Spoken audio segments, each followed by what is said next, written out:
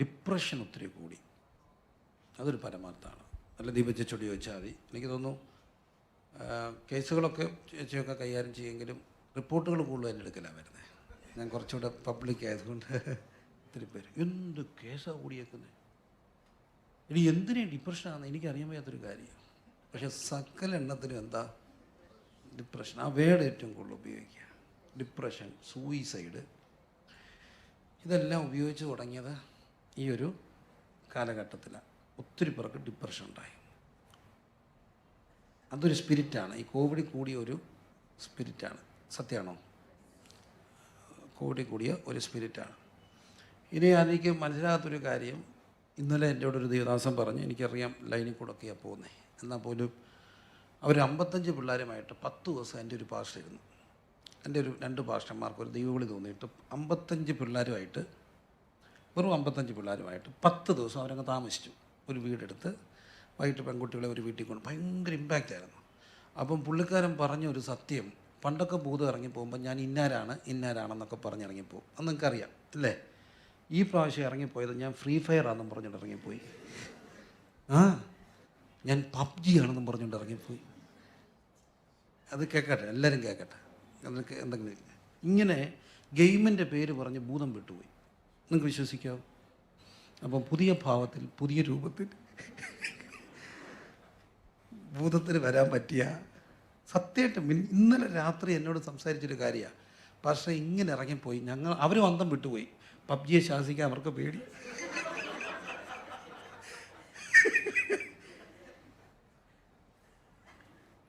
Can you even imagine that? ഈ spirit വേൾഡിലൊക്കെ ഇത് മനസ്സിലാക്കാൻ കഴിയും. പക്ഷെ അങ്ങനെ മനുഷ്യർ തകരുന്ന ഒരു കാലം. അപ്പോൾ ഇവിടെയൊക്കെയാണ് സഭയ്ക്ക് ഇനിയുള്ള വലിയ റോള്. ഞാൻ വിശ്വസിക്കുന്നത് ഇനി സഭയ്ക്ക് റോളുള്ളത്. കാരണം ആകെ ആശ്വാസത്തിൻ്റെ തുരുത്ത് സഭയാണ്. ഭയങ്കരമാണ് മനുഷ്യൻ്റെ. അത് വിദ്യാഭ്യാസം കൂടിയവർക്ക്, ഭയങ്കര ബുദ്ധിയുള്ള പിള്ളേർക്കൊക്കെ ഡിപ്രഷൻ ഉണ്ടാകുന്നു. മറ്റേ ബുദ്ധിയില്ലാത്ത പിള്ളേർക്ക് ഒരു കുഴപ്പമില്ല, ഒരു കുഴപ്പമില്ല. അവർ വളരെ കൂളാണ്. അപ്പോൾ ഈ ഭൂമിയുടെ പ്രശ്നം എന്ത് കൂടിയതാണ്? ബുദ്ധി കൂടിയതാണ്. അതുകൊണ്ട് ഈ ബുദ്ധി കൂടിയെന്ന് പറഞ്ഞാലൊന്നും ആരും ചിന്തിക്കേണ്ട, അഭിമാനിക്കൊന്നും വേണ്ട. ബുദ്ധി കൂടിയവർക്കൊക്കെയാണ് അതെ. അപ്പോൾ ഈ ഒരു സ്പിരിറ്റ് ഇങ്ങനെ നമ്മളെ വേട്ടയാണ്. ചിലപ്പോഴൊക്കെ അത് എല്ലാവർക്കും ഉണ്ടാകാം. എനിക്കും ഒരു ഭയത്തിൽ കൂടെ കടന്നുപോയി. ഞാനത് പറയുമ്പോൾ അത് സത്യമാണ്. ഈ നമ്മൾ ഈ എന്നോട്ടാൾ പറഞ്ഞ അങ്ങൊന്നും പറയല്ലേ, പിന്നെ അങ്ങനെയൊന്നുമല്ല, സത്യം പരമാർത്ഥം. നമ്മളെല്ലാം ഫോളൻ ഹ്യൂമൻ ബോഡിക്കകത്താണ് ജീവിക്കുന്നത്. അപ്പം ഞാനൊരു ഒരു ഒരു ഒരു താഴ്വരയിൽ കൂടെ കടന്നു പോകേണ്ട കുറച്ച് ദിവസങ്ങൾ വന്നു. ഉറക്കമില്ലാതെ വന്നു. അങ്ങനെ എനിക്ക് ഒരിക്കൽ ഉണ്ടായിട്ടുണ്ട്. എൻ്റെ അമ്മ മരിച്ച ദിവസങ്ങളിൽ 2 ദിവസം. പക്ഷേ അത് കഴിഞ്ഞ് ഞാൻ ഭയങ്കര ധൈര്യമുള്ളൊരു മനുഷ്യനാണ്. ഭയങ്കര ധൈര്യം എന്ന് പറഞ്ഞാൽ എന്നെ കാത്തിരിക്കുന്നൊരു സമയമുണ്ടായിരുന്നു. ഒരു സുവിശേഷ ഒരു ചർച്ചയ്ക്കായിട്ട് ബന്ധപ്പെട്ട ഒരു പ്രതിസന്ധിയിൽ എനിക്ക് കൃത്യമായ അറിവുകളും ബോധ്യങ്ങളും ഉണ്ടായിരുന്നു. ഞാൻ വരുന്ന വഴിയിൽ എന്നെ കാത്തിരിപ്പുണ്ട്. അപ്പോൾ എന്നോട് എൻ്റെ കൂടുതലുള്ളവർക്കെല്ലാം ഭയങ്കര പേടിയാണ്, അച്ചാച്ച ഒറ്റയ്ക്ക് പോകല്ലേ. അപ്പോൾ എന്നെ കാത്തിരിക്കുന്നവർ അവിടെ ഉണ്ടെന്നെങ്ങാണ് എനിക്ക് ഇൻഫർമേഷൻ കിട്ടിയാൽ ഞാൻ 12 മണിക്ക് തന്നെ നടന്നു പോകുമായിരുന്നു. ഭയങ്കര ഇഷ്ടമായിരുന്നു എനിക്ക് അവിടെ നിൽപ്പുണ്ടെങ്കിൽ പോകാൻ. അതെൻ്റെ ഒരു ബലഹീനതയായിരുന്നു. ഭയങ്കര അങ്ങനത്തെ കാര്യത്തിനൊക്കെ ഭയങ്കര ധൈര്യമായിരുന്നു.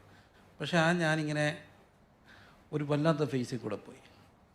അപ്പം ഞാൻ കുറേ കാര്യങ്ങൾ പഠിച്ചു. ഒരു കാര്യം പഠിച്ചത് ഈ സൂയിസൈഡിനെ കുറിച്ചാണ് പഠിച്ചത്. എന്തുകൊണ്ടാണ് ഈ അറ്റംപ്റ്റൊക്കെ നടത്തുന്നത്? അപ്പം ഞാനിങ്ങനെ സൂയിസൈഡ് അറ്റംപ്റ്റിനെ കുറിച്ച് പഠിച്ചുകൊണ്ടിരിക്കുക, വായിച്ചുകൊണ്ടിരിക്കുക. അപ്പോൾ എൻ്റെ ഒരു സുഹൃത്തിനെ വിളിച്ച് അതിനെപ്പറ്റി ഉള്ള അറിവുകളൊക്കെ ശേഖരിക്കുക. തെറ്റല്ല, കാരണം നമുക്ക് കിട്ടാവുന്ന അറിവുകളെല്ലാം എന്ത് ചെയ്യണം, സംശീകരിക്കണം. ഒത്തിരി അറിവുകളും അനുഭവങ്ങളൊക്കെ ഉള്ള ഒത്തിരി പേരുണ്ട്. അപ്പോൾ അവരോടൊക്കെ സംസാരിക്കുക. അപ്പോൾ എൻ്റെ ഒരു രാഷ്ട്രീയക്കാരൻ സുഹൃത്ത് കയറി വന്നു. ശരിക്കും പുള്ളി ഒരു പാർട്ടിക്കാരനാണ്, പക്ഷേ ഒരു പൊതുപ്രവർത്തനമാണ്. പുള്ളി ഭയങ്കര ജോലിയാണ്. എടാ എന്തോ പുതിയ മെസ്സേജ് എന്തുവാ? ഞാൻ പറഞ്ഞു ആത്മഹത്യ. പഠിക്കുക, അത് പൗർഷി കിടപ്പുണ്ട്. ആത്മഹത്യയെക്കുറിച്ച് പഠിക്കുക ആണോ? അപ്പോൾ പുള്ളി ഒരു അനുഭവം പറഞ്ഞു. ഞങ്ങളുടെ നാട്ടിൽ ഒരു മനുഷ്യൻ ആത്മഹത്യ ചെയ്യാൻ ടെൻഡൻസി ഉണ്ടായി. ഈ ടെൻഡൻസിയായിട്ട് പുള്ളി കയറും കൊണ്ട് ഞങ്ങളുടെ അവിടുത്തെ വനത്തിൽ കയറിപ്പോയി. ഈ വനത്തിൽ കയറിപ്പോയപ്പോൾ പുള്ളിക്ക് വയറ്റിൽ നിന്ന് പോകണമെന്ന് തോന്നി. പച്ച മലയാളത്തിൽ പറയത്തില്ല, വയറ്റിൽ നിന്ന് പോകണമെന്ന് തോന്നി. അപ്പം പുള്ളി ഒരു കല്ലിൻ്റെ പാറപ്പുറത്ത് പോയിരുന്ന് ആഘോഷമായിട്ട് വയറ്റിൽ നിന്ന് പോയി. അപ്പോൾ വയറ്റിൽ നിന്ന് പോയി കഴിഞ്ഞപ്പം പുള്ളിക്കൊരു ചിന്ത, ഈ പരുവത്തിൽ പോയി തൂങ്ങിച്ചെത്താൻ അഴിക്കുന്നവർക്ക് ബുദ്ധിമുട്ടാകത്തില്ലേ. അപ്പം പുള്ളി കഴുകാൻ വേണ്ടി കുറേ നടന്നൊരു തോട്ടിൽ പോയിരുന്ന് കഴുകി. ഇതിനിടയ്ക്ക് മറന്നുപോയി എന്തിനാണെന്ന്. തിരിച്ചിറങ്ങി വന്ന കയറുമായിട്ട്. അപ്പോൾ ഒരു കൂട്ടുകാരൻ്റെ കടയിൽ ചെന്നിട്ടാ, എന്താ കയറ്? ഞാൻ ചാകാൻ പോയതാ, നീ ആ കയറിങ്ങതാ. ഇപ്പോഴും ആ കയറെ കൊല കെട്ടി തൂക്കുന്നുണ്ട്. പക്ഷേ അങ്ങനെ വയറ്റിൽ നിന്ന് പോകണമെന്ന് തോന്നിയില്ലായിരുന്നെങ്കിൽ അവൻ ചത്തുപോയത്. ഇപ്പോൾ ഈ സ്പ്ലിറ്റ് ഓഫ് സെക്കൻഡിലൊക്കെയാണ് പിശാചിങ്ങനെ കൊണ്ടുപോകുന്നത്. അപ്പോൾ ഇവിടെയാണ് അന്നേരം കേൾക്കുന്നൊരു ഓൺലൈൻ സന്ദേശമൊക്കെ ചിലപ്പോൾ ഇവരെ അങ്ങ് പിടിച്ചു നിർത്തും. പെട്ടെന്ന് ഇങ്ങനെ ഇവർ യൂട്യൂബൊക്കെ തുറക്കുമ്പോൾ എനിക്കങ്ങനെ കുറേ അനുഭവം ഉണ്ടായി, അതുകൊണ്ടാണ് പറയുക. അവർ യാദർച്ഛ പൗരുഷം ഓണാക്കി യാദർച്ഛ യൂട്യൂബിലൂടെ പോയപ്പോൾ ഒരു മെസ്സേജ് അവിടെ പറയുന്നു, നീ ചാകണ്ട. അപ്പം എന്തോ ഒരു സാധ്യതയാണ്. ഞാൻ കർണാടകത്തിനടുത്ത് മൈസൂരിൽ ഒരു ശുശ്രൂഷയ്ക്ക് പോയി കുറേ വർഷം മുമ്പ്. അപ്പോൾ എൻ്റെ ഒരു പ്രിയപ്പെട്ട സുഹൃത്ത് അവിടെ ഉണ്ട്. അദ്ദേഹം കന്നഡ സെറ്റിൽ മലയാളിയാണ്. കന്നഡ പോലെ പച്ചവെള്ളം പോലെ പറയാൻ കഴിയുന്ന ഒരു ചെറുപ്പക്കാരൻ. അപ്പോൾ ഞാനവിടെ ചെന്നപ്പോൾ കുറേ സഹോദരങ്ങൾ പുതുതായിട്ടിരിക്കുന്നു. കേട്ടാൽ അറിയാം ഒരു സമൂഹത്തിലെ ഒരു ഉയർന്ന ലെവലിലുള്ള ആൾക്കാരാണെന്ന് അവരുടെ ശരീരഭാഷയിൽ നിന്ന് മനസ്സിലാവും. അപ്പോൾ ഞാൻ അദ്ദേഹത്തോട് ചോദിച്ചു, എന്താ അവരൊക്കെ എങ്ങനെ വന്നാ? ഞാൻ ഇടയ്ക്ക് അതിന് കുറച്ചാൾക്ക് മുമ്പ് അവിടെ പോയപ്പോൾ അവരെ കണ്ടില്ല. അപ്പോൾ അവർ പറഞ്ഞു ഒരു സംഭവം ഉണ്ടായി. അദ്ദേഹം കന്നഡ പ്രസംഗിക്കുന്നുണ്ട്. കന്നഡ പ്രസംഗിക്കുമ്പോൾ ഈ ലൈവൊന്നുമല്ല, അതൊക്കെ നേരത്തെ ഒരു റെക്കോർഡ് ചെയ്യുന്ന 10-20 എപ്പിസോഡ് ഒറ്റയടിക്ക് എന്ത് ചെയ്യും, റെക്കോർഡ് ചെയ്യും. പക്ഷേ അതിൻ്റെ പിന്നെ പോലും ദൈവാത്മാവ് പ്രവർത്തിക്കും. അപ്പോൾ അങ്ങനെ റെക്കോർഡ് ചെയ്ത ഒരു സന്ദേശത്തിൻ്റെ അത് ആ TV ലോക്കൽ ചാനലിൽ കൂടെ പോകും. അപ്പോൾ അതെന്നാ റെക്കോർഡ് ചെയ്യുന്ന ടെലികാസ്റ്റ് ചെയ്യുന്ന പോലും നമുക്ക് ചിലപ്പോൾ എന്ത് ചെയ്യത്തില്ല, അറിയത്തില്ല. അതാണ് അതിൻ്റെ സത്യം. അതിങ്ങനെ പൊയ്ക്കൊണ്ടിരിക്കും. പക്ഷേ ഇവിടെ ഉണ്ടായൊരു സംഭവം, ഒരു സഹോദരി, ഒരു വലിയ ഹൈ ലെവലിലുള്ള ഒരു സഹോദരി, പക്ഷെ തകർന്നു പോയ ബിസിനസ്സുകാർ, അവരൊരു വലിയ ഒത്തിരി കുടുംബങ്ങൾ ഒന്നിച്ച് താമസിക്കുന്ന ഒരു പ്രത്യേക സാഹചര്യത്തിൽ താമസിക്കുന്നവരാണ്. അപ്പോൾ അവിടെ ഇരുന്നുകൊണ്ട് അവരിങ്ങനെ TV-യുടെ ചാനൽ ഇങ്ങനെ മാറ്റി വന്നപ്പം പെട്ടെന്ന് ഈ മെസ്സേജ് കയറി വന്നു. അപ്പോൾ കയറി വന്നപ്പം പുള്ളി മെസ്സേജ് തീർക്കുമ്പോൾ പറഞ്ഞു, സഹോദരി, നിങ്ങളിപ്പോഴേ വളരെ യാദൃച്ഛികമാണ് ഈ സന്ദേശം കേൾക്കുന്നത്. ചാനൽ മാറ്റിയപ്പം കയറ്റിയതാണ്. പക്ഷേ മാറ്റരുത്, നിങ്ങളോടൊരു കാര്യം എനിക്ക് പറയാനുണ്ട്. നിങ്ങൾ സോഫയിൽ ചാരി കിടന്നാണ് കേൾക്കുന്നത്. നിങ്ങളുടെയൊക്കെ ഇത്ര രൂപ കടമുണ്ട്. നിങ്ങളുടെ ഭർത്താവ് ഇപ്പോൾ ഒരു അടുത്ത് പൈസയ്ക്ക് പോയിരിക്കുക, പേടിക്കണ്ട, കിട്ടിയിട്ടില്ല. അതുകൊണ്ട് ഇപ്പം പുള്ളി വിഷം മേടിച്ചുകൊണ്ടിരിക്കുക. ഉടനെ വിളിക്കുക, വിഷം മേടിക്കേണ്ടെന്ന് പറ. പുള്ളിക്കാരത്തി ഉടനെ അച്ഛനെ വിളിച്ചു, ചേട്ടൻ എവിടാ? വിഷം മേടിക്കുക. വിഷം മേടിക്കണ്ടെന്ന് ആര് പറഞ്ഞു? ഇവിടെ ഒരുത്തൻ TV കൂടെ പറയും. എടി ചുമ്മാരി, സത്യം താണ്ട് പറഞ്ഞുകൊണ്ടിരിക്കുക. ആ നമ്പർ കുറിച്ചെടുത്ത് വിളിച്ചു. അവർ ചത്തില്ല, അവരെല്ലാം ഇന്ന് സഭയിലുണ്ട്. എന്തൊരു സാധ്യത ഇത്! അപ്പം സുവിശേഷത്തിന് ഒരിക്കലും എന്തില്ല, ബന്ധനങ്ങളില്ലാത്ത ദൈവത്തിൻ്റെ സാധ്യത, അനന്തമായ സാധ്യതകളിലൂടാണ് ദൈവം നമ്മളെ കൊണ്ടുപോകുന്നത്. അപ്പോൾ ഇവിടെ എല്ലാം നമുക്ക് ആവശ്യം നമ്മളങ്ങ് പ്രാർത്ഥിച്ചൊരുങ്ങുക. ഇനി ഈ സൗഖ്യദായക ശുശ്രൂഷ ചെയ്യാൻ വേണ്ടി സമൂഹം തയ്യാറായേ ഒക്കത്തുള്ളൂ. അതാണ് സഭകളുടെ കോവിഡാനന്തര ദൗത്യം. പല മേഖലകൾ. ഒന്ന്, ലഹരിയുടെ മാസ്മരികത. 2, മാനസിക സമ്മർദ്ദങ്ങളുടെയും തകർച്ചകളുടെയും ലോകത്തൂടെ കടന്നു പോകുന്നു. മിടുക്കരെന്ന് പറയുന്ന പോലെ പോലും അടി പറയുന്നു. ഇനി ഏക ആശ്വാസത്തിൻ്റെ തുരുത്ത് കൊടുക്കാൻ കഴിയുന്ന ഒരേ ഒരു തുരുത്ത് ദൈവസഭയുടെ തുരുത്താണ്. പ്രത്യാശയുടെ തിരുനാളം തെളിക്കുവാൻ നമുക്ക് മാത്രമേ കഴിയത്തുള്ളൂ. ഇരുണ്ട മനസ്സുകൾക്കകത്ത് ചെറിയ ദീപങ്ങൾ കത്തിക്കുവാൻ. അതിനാണ് നമ്മുടെ ഉപവാസ പ്രാർത്ഥന. കരമുയർത്തി ദൈവത്തിനൊന്ന് സ്തോത്രം ചെയ്തുകൊണ്ട്, അപ്പോൾ ഈ സമൂഹത്തെ നമുക്ക് എങ്ങനെ പിടിച്ചു നിർത്താം? അതിന് ഏക വഴി പ്രാർത്ഥനയാണ്. ഞാൻ ഇന്ന് ചിന്തിക്കുന്ന ചെറിയൊരു ചിന്ത, പ്രാർത്ഥനയുടെ, നമുക്ക് പ്രാർത്ഥിക്കാൻ വേണം, പ്രാർത്ഥനയുടെ ശരീരഭാഷ എന്നുള്ള ഒരു വിഷയമാണ്. പ്രാർത്ഥനയുടെ ശരീരഭാഷ വലിയ ഘടകമുള്ള കാര്യമാണ്. ആണോ? ശരീരഭാഷ കുറച്ചൊക്കെ ശരീരഭാഷ മനസ്സിലാക്കുന്നവർ, ബോഡി ലാംഗ്വേജ് പഠിക്കുന്നവരുണ്ട് അല്ലേ? ബോഡി ലാംഗ്വേജ് പല രീതിയിൽ പറയാം. എനിക്ക് വളരെ കുഞ്ഞിലെ, വളരെ ചെറുപ്പത്തിലെ പറഞ്ഞൊരു സംഭവം, എത്രയോ ഞാൻ എനിക്ക് ഒരു 10 വയസ്സിൽ താഴെയുള്ളപ്പോൾ അപ്പച്ചനൊരിക്കൽ പ്രസംഗിക്കുന്നത് ഞാൻ കേട്ടാണ്. ബോഡി ലാംഗ്വേജിൻ്റെ ഒരു കാര്യം പറഞ്ഞിട്ട്. എൻ്റെ അപ്പച്ചൻ, എൻ്റെ ഗ്രാൻഡ് ഫാദർ, അന്നത്തെ ഇന്ത്യൻ പ്രധാനമന്ത്രി ഇന്ദിരാഗാന്ധി അന്നത്തെ അമേരിക്കൻ പ്രസിഡന്റ് വന്നപ്പം കൈ കൊടുത്തു. പക്ഷേ കൈ ഇങ്ങനെ കൊടുത്തിട്ട് ഇന്ദിരാഗാന്ധിയുടെ കൈ മേളിയിരുന്നു. കൈ ഇങ്ങനെ കൊടുത്തിട്ട് ഇന്ദിരയുടെ കൈ ഇങ്ങനെ തിരിച്ചു ട്വിസ്റ്റ് ചെയ്ത് മേളിയിരുന്നു. അതൊരു ലാംഗ്വേജാണ്. ഏത് അമേരിക്കൻ പ്രസിഡന്റ് ആണെങ്കിലും എൻ്റെ കൈ നിൻ്റെ മേളിയിരിക്കും. നമ്മൾ ചിലരൊക്കെ കൈ കൊടുത്തു, അവർ ഓട്ടോമാറ്റിക്കായിട്ട് കൈ തിരിക്കും. ശ്രദ്ധിച്ചിട്ടുണ്ടോ? ചുമ്മാ കൊടുത്തു നോക്കിയാൽ ഇങ്ങനെ കൈ കൊടുത്തിട്ട് ഇങ്ങനെ തിരിച്ച് അതിൻ്റെ അർത്ഥം അവരുമായിട്ട് ബിസിനസ് ഏർപ്പെടല്ലേ.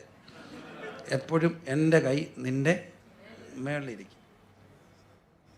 കൊടുത്തു നോക്കാം, അറിയല്ലേ. ഇത് പറഞ്ഞുകൊണ്ട് കൊടുക്കരുത്, ഓട്ടോമാറ്റിക്കായിട്ട് സംഭവിക്കുന്ന കാര്യമാണ്. അതൊരു ബോഡി ലാംഗ്വേജാണ്. ഇനി നമ്മളൊരിടത്ത് ഒരാളെ കൈ കൊടുക്കുമ്പോൾ ഇങ്ങനെ ഏണയെ കൂടെ കൈ കൊടുക്കത്തില്ലേ? അവർക്ക് എന്തില്ല, താല്പര്യമില്ല, ഒരു കോൺഫിഡൻസ് ഇല്ലാത്തവർ. എന്നാൽ ഇപ്പോഴത്തെ ചില പിള്ളേർക്കൊക്കെ കൈ കൊടുത്താൽ നമ്മുടെ ഓരം പറഞ്ഞു പോകും. ഇവൻ ഈ ഡമ്പിളൊക്കെ എടുത്തിട്ട് നമ്മളെ പാവങ്ങളെ ഒരു കുലുക്കൊക്കെ കുലുക്കിയ നമുക്ക് ഭയങ്കര ഓരം ഇല്ലേ? അപ്പോൾ അവർക്കൊരു ഇതാണ്, അവർ കാണിക്കുകയാണ് ഞങ്ങൾ എന്താണ് സ്ട്രോങ് ആണെന്നാണ്. അത് ഒരു ശരീരഭാഷയാണ്, ഐ ആം സ്ട്രോങ്. ഇനി ഈ വെളുത്ത് നീളമുള്ള കനം കുറഞ്ഞ ചേച്ചിമാർ, വെളുത്ത് കനം കുറഞ്ഞ് നീളമുള്ള ചേച്ചിമാർ, ചില അപവാദങ്ങളും കാണാം. എൻ്റെ ഒരു വീക്ഷണമാണ്, നീളം കുറഞ്ഞ ഗുണ്ടുപണി അമ്മച്ചി വർത്തമാനം പറയുന്നു, സ്നേഹിക്കുന്ന ആരായിരിക്കും? നീളം കുറഞ്ഞ മുനി, അത് എപ്പോഴും ആരായിരിക്കും? ആണോ? സത്യമാണോ? മറ്റേതൊക്കെ അതായിരിക്കും ഒരു ഭയങ്കര ശൈലിയായിട്ടൊക്കെ പോകും. ഇതൊരു പരമാർത്ഥാണ്. ഞാൻ കണ്ടിട്ടുള്ള ഈ ടൈപ്പ് അമ്മച്ചിമാരെല്ലാം മോനെ മാല കഴിച്ചിട്ട് പോകും മക്കളെ, അത് പറയുന്ന ഭൂരിപക്ഷം ആരായിരിക്കും? അതുകൊണ്ട് അങ്ങനത്തെ അമ്മച്ചിമാരെ എല്ലാം സഭയെ കൊണ്ടിരുത്തണം. അവരൊരു സംഭവമാണ്. ശരിയാണോ? ഞാൻ എൻ്റെ ഒരു വീക്ഷണമാണ്, ഞാൻ പഠിച്ചും വായിച്ചൊന്നും അല്ല. എന്നാലും എൻ്റെ ഒരു ഇതാ. മറ്റൊരൊക്കെ മൈൻഡ് ചെയ്യാതെ പോകും, അവർ ഭയങ്കര ഹായ് ഹൂയ് എന്നൊക്കെ പറഞ്ഞ് പോകും. അപ്പം ഇതൊരു ശരീരഭാഷയാണ്. അപ്പം ഇതിനെല്ലാം ഓരോ ഭാഷയുണ്ട്. അപ്പം പ്രാർത്ഥനയ്ക്കും എന്തുണ്ട്? ശരീരഭാഷയാണ്. ഈ ശരീരഭാഷ നമുക്കൊന്ന് നോക്കാം. പ്രാർത്ഥനയുടെ ഞാനത് ശരീരഭാഷയെക്കുറിച്ച് പറയാൻ വേണ്ടി പറഞ്ഞു എന്നേ ഉള്ളൂ. അപവാദങ്ങൾ എല്ലാത്തിനും ഉണ്ട്. ഇതെല്ലാം നേരെ തിരിച്ചു പോകാം. വണ്ണമുള്ളവർ മിണ്ടായിരിക്കാം, കനം കൂടിയവർ സ്നേഹിക്കാം. ഇതെല്ലാത്തിനും എന്തുണ്ട്? എക്സെപ്ഷൻസ് ഉണ്ട്. എങ്കിലും സ്വാഭാവികവും സാഹചര്യവും സാധ്യതകൾ എനിക്ക് തോന്നുന്നു ബഹുഭൂരിപക്ഷം അതൊക്കെയാണെന്ന് തോന്നുന്നു. ആണെന്ന് തോന്നുന്നു അല്ലേ? ഓക്കെ. അതുകൊണ്ട് പിള്ളേരാരും ഈ നീളമുള്ളതിൻ്റെ പുറകെ പോകല്ലേ. നല്ല ഉണ്ട ടൈപ്പുകളുണ്ട്, അവരൊക്കെ നല്ല പിള്ളേരാണ്. ഇവർക്കെല്ലാം നീളമുള്ളതിനെ മതി. നീളം കുറഞ്ഞവർ വിഷമിക്കണ്ട, അവരാണ് ഏറ്റവും സ്നേഹമുള്ളവർ. നീളം കുറഞ്ഞ് വണ്ണമുള്ളവരാരും മെലിയരുത്, അവർ ഭയങ്കര സ്നേഹമുള്ളവരാണ്. അപ്പം വേദവസം നമ്മൾ നോക്കുമ്പം പ്രാർത്ഥനയ്ക്കും ശരീരഭാഷയുണ്ട്. തിമത്തിയോസിൻ്റെ ലേഖനം 1 തിമത്തിയോസ് 2-ാം അധ്യായം 1 തിമത്തിയോസ് 2-ാം അധ്യായത്തിൻ്റെ 8 മുതലുള്ള വാക്യങ്ങൾ. വിശുദ്ധ കൈകളെ ഉയർത്തി പ്രാർത്ഥിക്കണമെന്ന് ഞാൻ ആഗ്രഹിക്കുന്നു. മതി. പ്രാർത്ഥനയുടെ ഒരു ശരീരഭാഷയിൽ ഒന്നാമത്തെ കാര്യം ഇവിടെ നമ്മൾ കാണുന്നത്, ആകയാൽ പുരുഷന്മാർ എല്ലായിടത്തും എന്തുപേക്ഷിക്കണം? കോപവും വാഗ്വാദം. കോപവും വാക്കും. ശരിക്കും ഈ കോപം വരാതെ കോപം കാണിക്കാൻ ഒക്കുന്നവരുണ്ടെങ്കിൽ ഡെമോൺസ്ട്രേറ്റ് ചെയ്ത് നോക്കിയോ. കോപിക്കുമ്പോൾ വാഗ്വാദം നടത്തുമ്പോൾ നമ്മുടെ കൈ എങ്ങനെ ഇരിക്കും? നിങ്ങൾ കോപിച്ചിട്ടില്ലേ? ഇന്ന് ഉപവാസ പ്രാർത്ഥന എത്രാമത്തെ ദിവസം? 10-ാം ദിവസം. രാവിലെ വീട്ടിൽ നിന്ന് കോപിക്കാതെ വന്ന എത്ര പേരുണ്ട് എന്ന് ചോദിക്കുന്നതായിരിക്കും കുറച്ചുകൂടെയൊക്കെ എളുപ്പം. താമസിക്കാൻ സമയം പോകുന്നുണ്ടെന്ന് പറഞ്ഞെങ്കിലും നമ്മൾ എന്ത് ചെയ്തിരിക്കും? അത്രയും മതി. ചുമ്മാ ഒരുമാതിരി കുഞ്ഞുങ്ങളേക്ക് മഴ എന്ന് നമ്മൾ പറഞ്ഞാൽ പോലും അവിടെ ഒരു ഭാഷയാണ്. അപ്പം അന്നേരം നമ്മുടെ കൈവിരൽ എങ്ങനെ ഇരിക്കും? ഒന്നുകിൽ ചൂണ്ടും അല്ലെങ്കിൽ ചുരുട്ടും. ഇത് രണ്ടുമാണ് കോപത്തിൻ്റെ വാഗ്വാദത്തിൻ്റെ ഒരു ശരീരഭാഷ. അല്ലാതെ നമുക്ക് കോപിക്കാനൊക്കെ പോവും? പാടാണ്. കയ്യും കെട്ടിന്ന് കോപിക്കാവും. അതെല്ലാം ശരീരഭാഷയാണെന്നാണ് പറഞ്ഞത്. ഒരാൾ പോലീസുകാരൻ്റെ ഒരു കാര്യം ഒരു അനുഭവം കേട്ടു. അദ്ദേഹം കള്ളന്മാരെ അല്ല അങ്ങനെയുള്ളവരെ കൈ കൊണ്ടുവന്നാൽ കൈ കെട്ടി നിൽക്കുകയാണെങ്കിൽ കൈ അഴിപ്പിക്കും. കാരണം ഇങ്ങനെ കൈ കെട്ടി നിൽക്കുമ്പോൾ അവനോട് പറയുകയാണ്, ഞാൻ ഒരിക്കലും സത്യം എന്ത് ചെയ്യത്തില്ല, പറയത്തില്ല. അപ്പം കൈ അഴിപ്പിച്ചിട്ടാൽ അവൻ കുറേ കാര്യങ്ങൾ താഴെ പറയും. ഇതവൻ്റെ ഒരു ബലമാണ്, ഇതവൻ്റെ ഒരു ബലമാണ്. അതൊരു ബോഡി ലാംഗ്വേജ്. എനിക്ക് എന്തൊക്കെയോ മറയ്ക്കാനുണ്ടെന്നുള്ളതിൻ്റെ ഒരു തെളിവുണ്ട്. അതുകൊണ്ടാണ് ദീപ ചേച്ചി കൈ കെട്ടിയിരിക്കുന്നത്, കണ്ടോ? കാരണം എത്രയോ പേരുടെ ഹൃദയ രഹസ്യങ്ങൾ ആ ചങ്കിനകത്തുണ്ട്. അത് ആരോടും പറയാതിരിക്കാനാണ് കൈ കെട്ടിയിരിക്കുന്നത്, ആയിരിക്കും അല്ലേ? അപ്പം എല്ലാ ഹൃദയത്തിൻ്റെയും ഭാഷയ്ക്കകത്ത് കൈ ചുരുട്ടിയേ നമുക്ക് കോപിക്കാനൊക്കത്തുള്ളൂ, അല്ലെങ്കിൽ കൈ ചൂണ്ടിയേ നമുക്ക് ദേഷ്യപ്പെടാനൊക്കത്തുള്ളൂ. പക്ഷെ പ്രാർത്ഥനയ്ക്ക് വരുമ്പോൾ കർത്താവ് പറയുന്നു, പുരുഷന്മാർ എല്ലായിടത്തും കോപവും വാഗ്വാദവും ഉപേക്ഷിക്കണം. എന്നിട്ട് എന്ത് ചെയ്യണം? കരങ്ങളെ ഉയർത്തി പ്രാർത്ഥിക്കണം. അപ്പം വേദപുസ്തകത്തിൻ്റെ പ്രാർത്ഥനയുടെ ശരീരഭാഷയിൽ ഒന്നാമത്തെ ഭാഷ കരം ഉയർത്തി. എല്ലാവരും ഒന്ന് കരം ഉയർത്തിപ്പിടിച്ച് ഇന്ന് പ്രസംഗിക്കാൻ പോവല്ല, പ്രാർത്ഥിക്കാൻ പോവുക. ഇതിനകത്ത് ഭയങ്കര അർത്ഥമുണ്ട്. ഈ ശരീരഭാഷ ഭയങ്കര അർത്ഥമുള്ള ശരീരഭാഷ. ഒന്നാമത്തെ കാര്യം, എൻ്റെ കരം നിൻ്റെ കരത്തിലേക്ക് തരികയാണ്. 2, ഈ കരങ്ങളിൽ മറയ്ക്കാനൊന്നുമില്ലെന്നുള്ളതുണ്ട്. മറയ്ക്കാനും മറകളും ഒക്കെ ഉണ്ടെങ്കിൽ ഇങ്ങനെയൊന്നും കൈ ഉയർത്തി നിൽക്കാനൊക്കത്തില്ല. കർത്താവിൻ്റെ സന്ധി പരിശുദ്ധമായിട്ട് പോയി നിൽക്കണമെങ്കിൽ ഈ കൈകളിലൊരു വെടിപ്പൊക്കെ വേണം. വെടിപ്പുള്ള കൈയും നിർമ്മല ഹൃദയമുള്ള. അപ്പം കൈ ഉയർത്തണം. രണ്ടാമത്തെ ഒരു കാര്യം, ഒരു യുദ്ധം വരും. നിങ്ങൾക്കറിയാം, അമേരിക്കയിലൊക്കെ ഇപ്പം വലിയ ബഹളം നടക്കുന്നുണ്ട്. തോക്ക് വേണോ വേണ്ടായോ? കുറേ പേര് പറയുന്നു തോക്ക് വേണ്ട, കുറേ പേര് പറയുന്നു തോക്കിനെ അല്ല ഉപേക്ഷിക്കേണ്ടത്, മാനസികാരോഗ്യം കൂട്ടണം. 2 വെടി കൂടിയത് പടപടാന്നങ്ങ് വെടിക്കുക. അപ്പോൾ നമ്മൾ ഈ അവിടുത്തെ പിന്നെ ഒരു രീതിയിൽ എനിക്ക് മനസ്സിലായിട്ടുള്ള കാര്യമാണ്, പോലീസുകാരൊരു വണ്ടി വന്ന് നിർത്തിയിട്ട് ചെന്നാൽ അവരൊരിക്കലും സ്റ്റിയറിങ്ങിൽ നിന്ന് എന്ത് ചെയ്യരുത്, കൈയെടുക്കരുത്. സ്റ്റിയറിങ്ങിൽ നിന്ന് കൈയെടുത്തിട്ട് വണ്ടി ഓടിക്കുന്ന ആൾ പോലീസ് അടുത്ത് വരുമ്പോൾ പോക്കറ്റിൽ കൈയിട്ട് അപ്പം ഒരു വെടി വെക്കും. കൈയെടുത്ത് അപ്പം ഒരു കൈ വെടിക്കും. എന്താ കാര്യം ചോദിച്ചാൽ അവർക്കും പേടിക്കാം. അവർ പേടിച്ചിട്ടേ വെടി വെക്കണം. കാരണം ഇവൻ വെടി വെക്കാൻ തോക്ക് എടുക്കാം. അതുകൊണ്ട് പോലീസ് പിടിച്ചാൽ അവർ പറഞ്ഞിരിക്കുന്ന കാര്യം, നിങ്ങൾ എങ്ങനെ ഇരിക്കുന്നോ സ്റ്റിയറിങ്ങിൽ കൈ വെച്ച്. കാരണം കൈ എടുത്ത് അന്നേരം വെടി വെക്കും. ഫസ്റ്റ് അവർ ഷൂട്ട് ചെയ്തിരിക്കും. കാരണം അവരുടെ ചിന്ത ഇവൻ പോക്കറ്റിൽ കൈ ഇടുന്നത് തോക്കെടുക്കാൻ വേണ്ടിയായിരിക്കും. അപ്പം കൈ ഉയർത്തുമ്പോൾ, യുദ്ധമൊക്കെ കഴിഞ്ഞ് വരുമ്പോൾ, യുദ്ധത്തിൽ ഒരു പാർട്ടി തോറ്റാൽ, ഒരു രാജ്യം തോറ്റാൽ, ആദ്യം മറ്റേ പട്ടാളം ആവശ്യപ്പെടുന്നത് നിങ്ങളുടെ ആയുധങ്ങൾ എന്ത് ചെയ്യണം, താഴെ ഇടണം. എന്നിട്ട് നിങ്ങൾ എന്ത് ഉയർത്തണം, കൈ ഉയർത്തണം. കൈ ഉയർത്തി പിടിക്കുമ്പോൾ ഒരു കാര്യം അവർ സമ്മതിക്കുന്നു, ഞങ്ങൾ എന്ത് ചെയ്തു, കീഴടങ്ങി. 2, ഞങ്ങൾ നിരായുധരാണ്. നമ്മുടെ ആവനാഴിയിലെ അവസാനത്തെ അമ്പും തീർന്നു, ഇനിയും കർത്താവ് മാത്രമേ ഉള്ളെന്നുള്ള ഒരു സമർപ്പണം. ഇവർക്ക് എന്ത് ചെയ്യാനൊക്കത്തുള്ളൂ, കൈ ഉയർത്തി പ്രാർത്ഥിക്കുമ്പോൾ നമ്മൾ ദൈവത്തോട് പറയുന്നു, ഞാൻ നിരാലംബനാണ്, എൻ്റെ കയ്യിൽ ഇനി എൻ്റേതായിട്ട് ഒരായുധമില്ല, എൻ്റെ കയ്യിൽ ഇനി ഒരായുധമേ ഉള്ളൂ, അത് ഈ കൈ ഉയർത്തുന്ന ആയുധമാണ്. വലിയ ഗൗരവമുള്ളൊരു കാര്യമാണ്. അപ്പോൾ അവിടെ നമ്മളത് കാണുന്നുണ്ട്. പുറപ്പാട് പുസ്തകം 17-ാം അധ്യായത്തിൽ രഫീദിമ്മിലൊക്കെ പാളയം ഇറങ്ങിയപ്പം ദൈവം മോശസിനോട് പറയുന്നുണ്ട്, യുദ്ധം വരികയാണ്. യുദ്ധത്തിൻ്റെ മുറകളെന്നും ആയുധമാണ്. പക്ഷേ വേദപുസ്തകത്തിലെ യുദ്ധമുറകൾ ആയുധമല്ല. മോശയോട് പറയുന്നു, മോശ നീ എന്ത് ഉയർത്തിപ്പിടിക്കണം, കൈ ഉയർത്തിപ്പിടിക്കണം. കൈ ഉയർത്തിപ്പിടിച്ചപ്പോൾ യോശുവയും അഹരോനും ഊരും അപ്പുറത്തും ഇപ്പുറത്ത് നിന്ന് കൈ എന്ത് ചെയ്തു, താഴ്ത്തിപ്പിടിച്ചു. കൈ ഇങ്ങനെ താഴ്ത്തിപ്പിടിച്ച് പൊക്കിപ്പിടിച്ചുകൊണ്ട് നിന്നപ്പോൾ താഴ്വാരത്തിൽ യുദ്ധം ജയിച്ചു. അപ്പം പ്രാർത്ഥനയുടെ ഒന്നാമത്തെ ശരീരഭാഷയാണ് എങ്ങനെ പ്രാർത്ഥിക്കണം, കൈ ഉയർത്തി പ്രാർത്ഥിക്കണം. കൈ ഉയർത്തി പ്രാർത്ഥിക്കണം.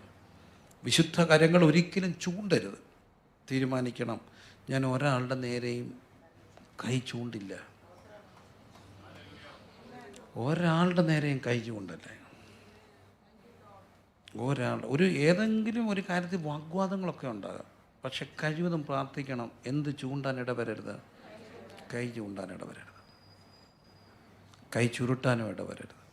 പക്ഷെ എപ്പോഴും കൈ ചൂണ്ടുകയും കൈ ചുരുട്ടുകയും ചെയ്ത അന്ന് നമുക്കൊരിക്കലും മനസാക്ഷിയുടെ പ്രാഗൽഭ്യത്തിൽ ചെയ്യാനൊക്കത്തില്ല, കൈ ഉയർത്താനൊക്കത്തില്ല. ഒക്കോ ഇല്ല.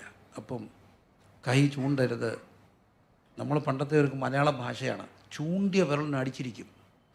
ഇന്ന് വരെ എൻ്റെ നേരെ ഒരുത്തനും എന്ത് ചെയ്തിട്ടില്ല, കൈ ചൂണ്ടാൻ അനുവദിച്ചിട്ടില്ല. എന്തോ ഒരു അഹങ്കാരത്തിൻ്റെ വാക്കൊക്കെയാണ്. കൈയൊക്കെ ഇങ്ങനെ ചൂണ്ടി ഒരുത്തനോട്, എൻ്റെ കൂട്ടത്തിലുണ്ടായിരുന്നൊരു പയ്യൻ പറയുന്നൊരു ഭാഷയൊക്കെ എനിക്ക് പേടി തോന്നി. ഭാഷ, പക്ഷേ ഈ ഭാഷയൊക്കെ പറയുന്നവരുടെ മുഖമൊക്കെ ചിലപ്പോൾ നാക്കൊക്കെ താണു പോയാൽ എന്തോ ചെയ്യും. അപ്പോൾ അവന് ഇവരോട് പറയുകയാണ്, നീ എൻ്റെ നേരെ കൈ കൊണ്ടുകയാണോ, കൈ തത്തട, ഇല്ലെങ്കിൽ നിനക്ക് നാളെ തൊട്ട് വാഷ്റൂമിൽ പോകാൻ കൈപ്പത്തി കാണത്തില്ല. എന്തോ വാക്കൊക്കെ പറയുന്നു, കൈപ്പത്തി ഞാൻ വെട്ടിയെടുക്കും. അപ്പം നമുക്ക് വിരുണ്ട് പോയി വാക്കൊക്കെ കേൾക്കുമ്പോൾ. ഇതെല്ലാം വാക്കിൻ്റെ വിരുദിനാൽ തീർക്കുന്ന ഒരു ബഹളമാണ്. പക്ഷേ എന്നാൽ പോലും കൈ ഉയർത്തി എന്ത് ചെയ്യണം, പ്രാർത്ഥന. കൈ ഉയർത്തി പിടിച്ച് എല്ലാവരും കൈ ഉയർത്തി അല്പം നേരം സറണ്ടർ ചെയ്യുക. ഇല്ല കർത്താവേ, ഒന്നും നടക്കില്ല, എന്നെ കൊണ്ട് ഒന്നും ഒക്കില്ല,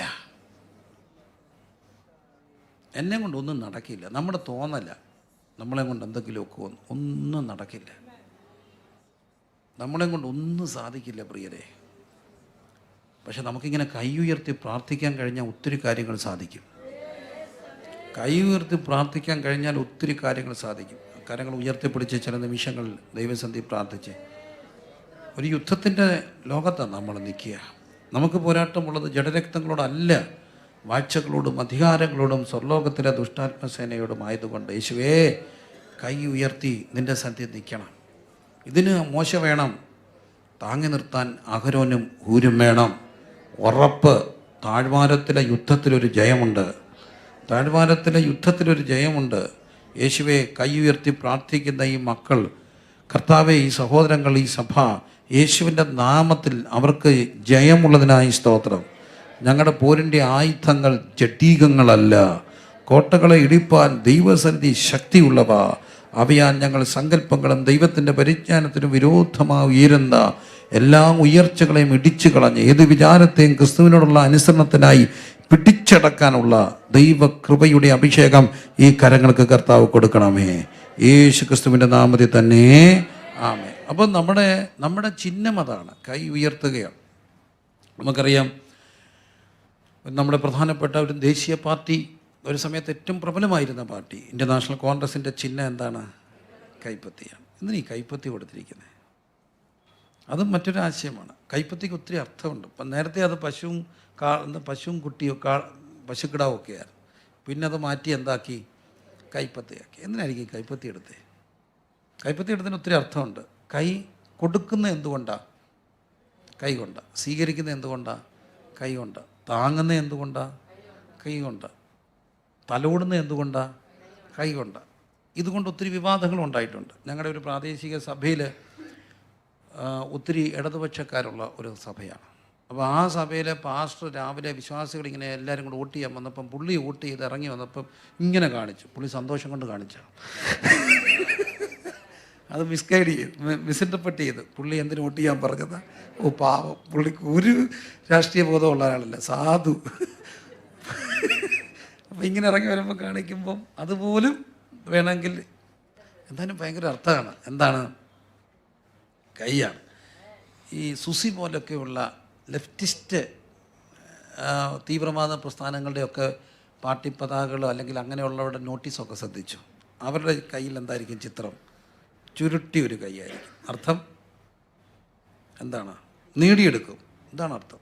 നേടിയെടുക്കും. അവകാശങ്ങൾ നേടിയെടുക്കും. നമ്മുടെ ഒരു കൊച്ചു കുഞ്ഞ് ജനിച്ച കുഞ്ഞ് കരയും. എങ്ങനെ ആയിരിക്കും?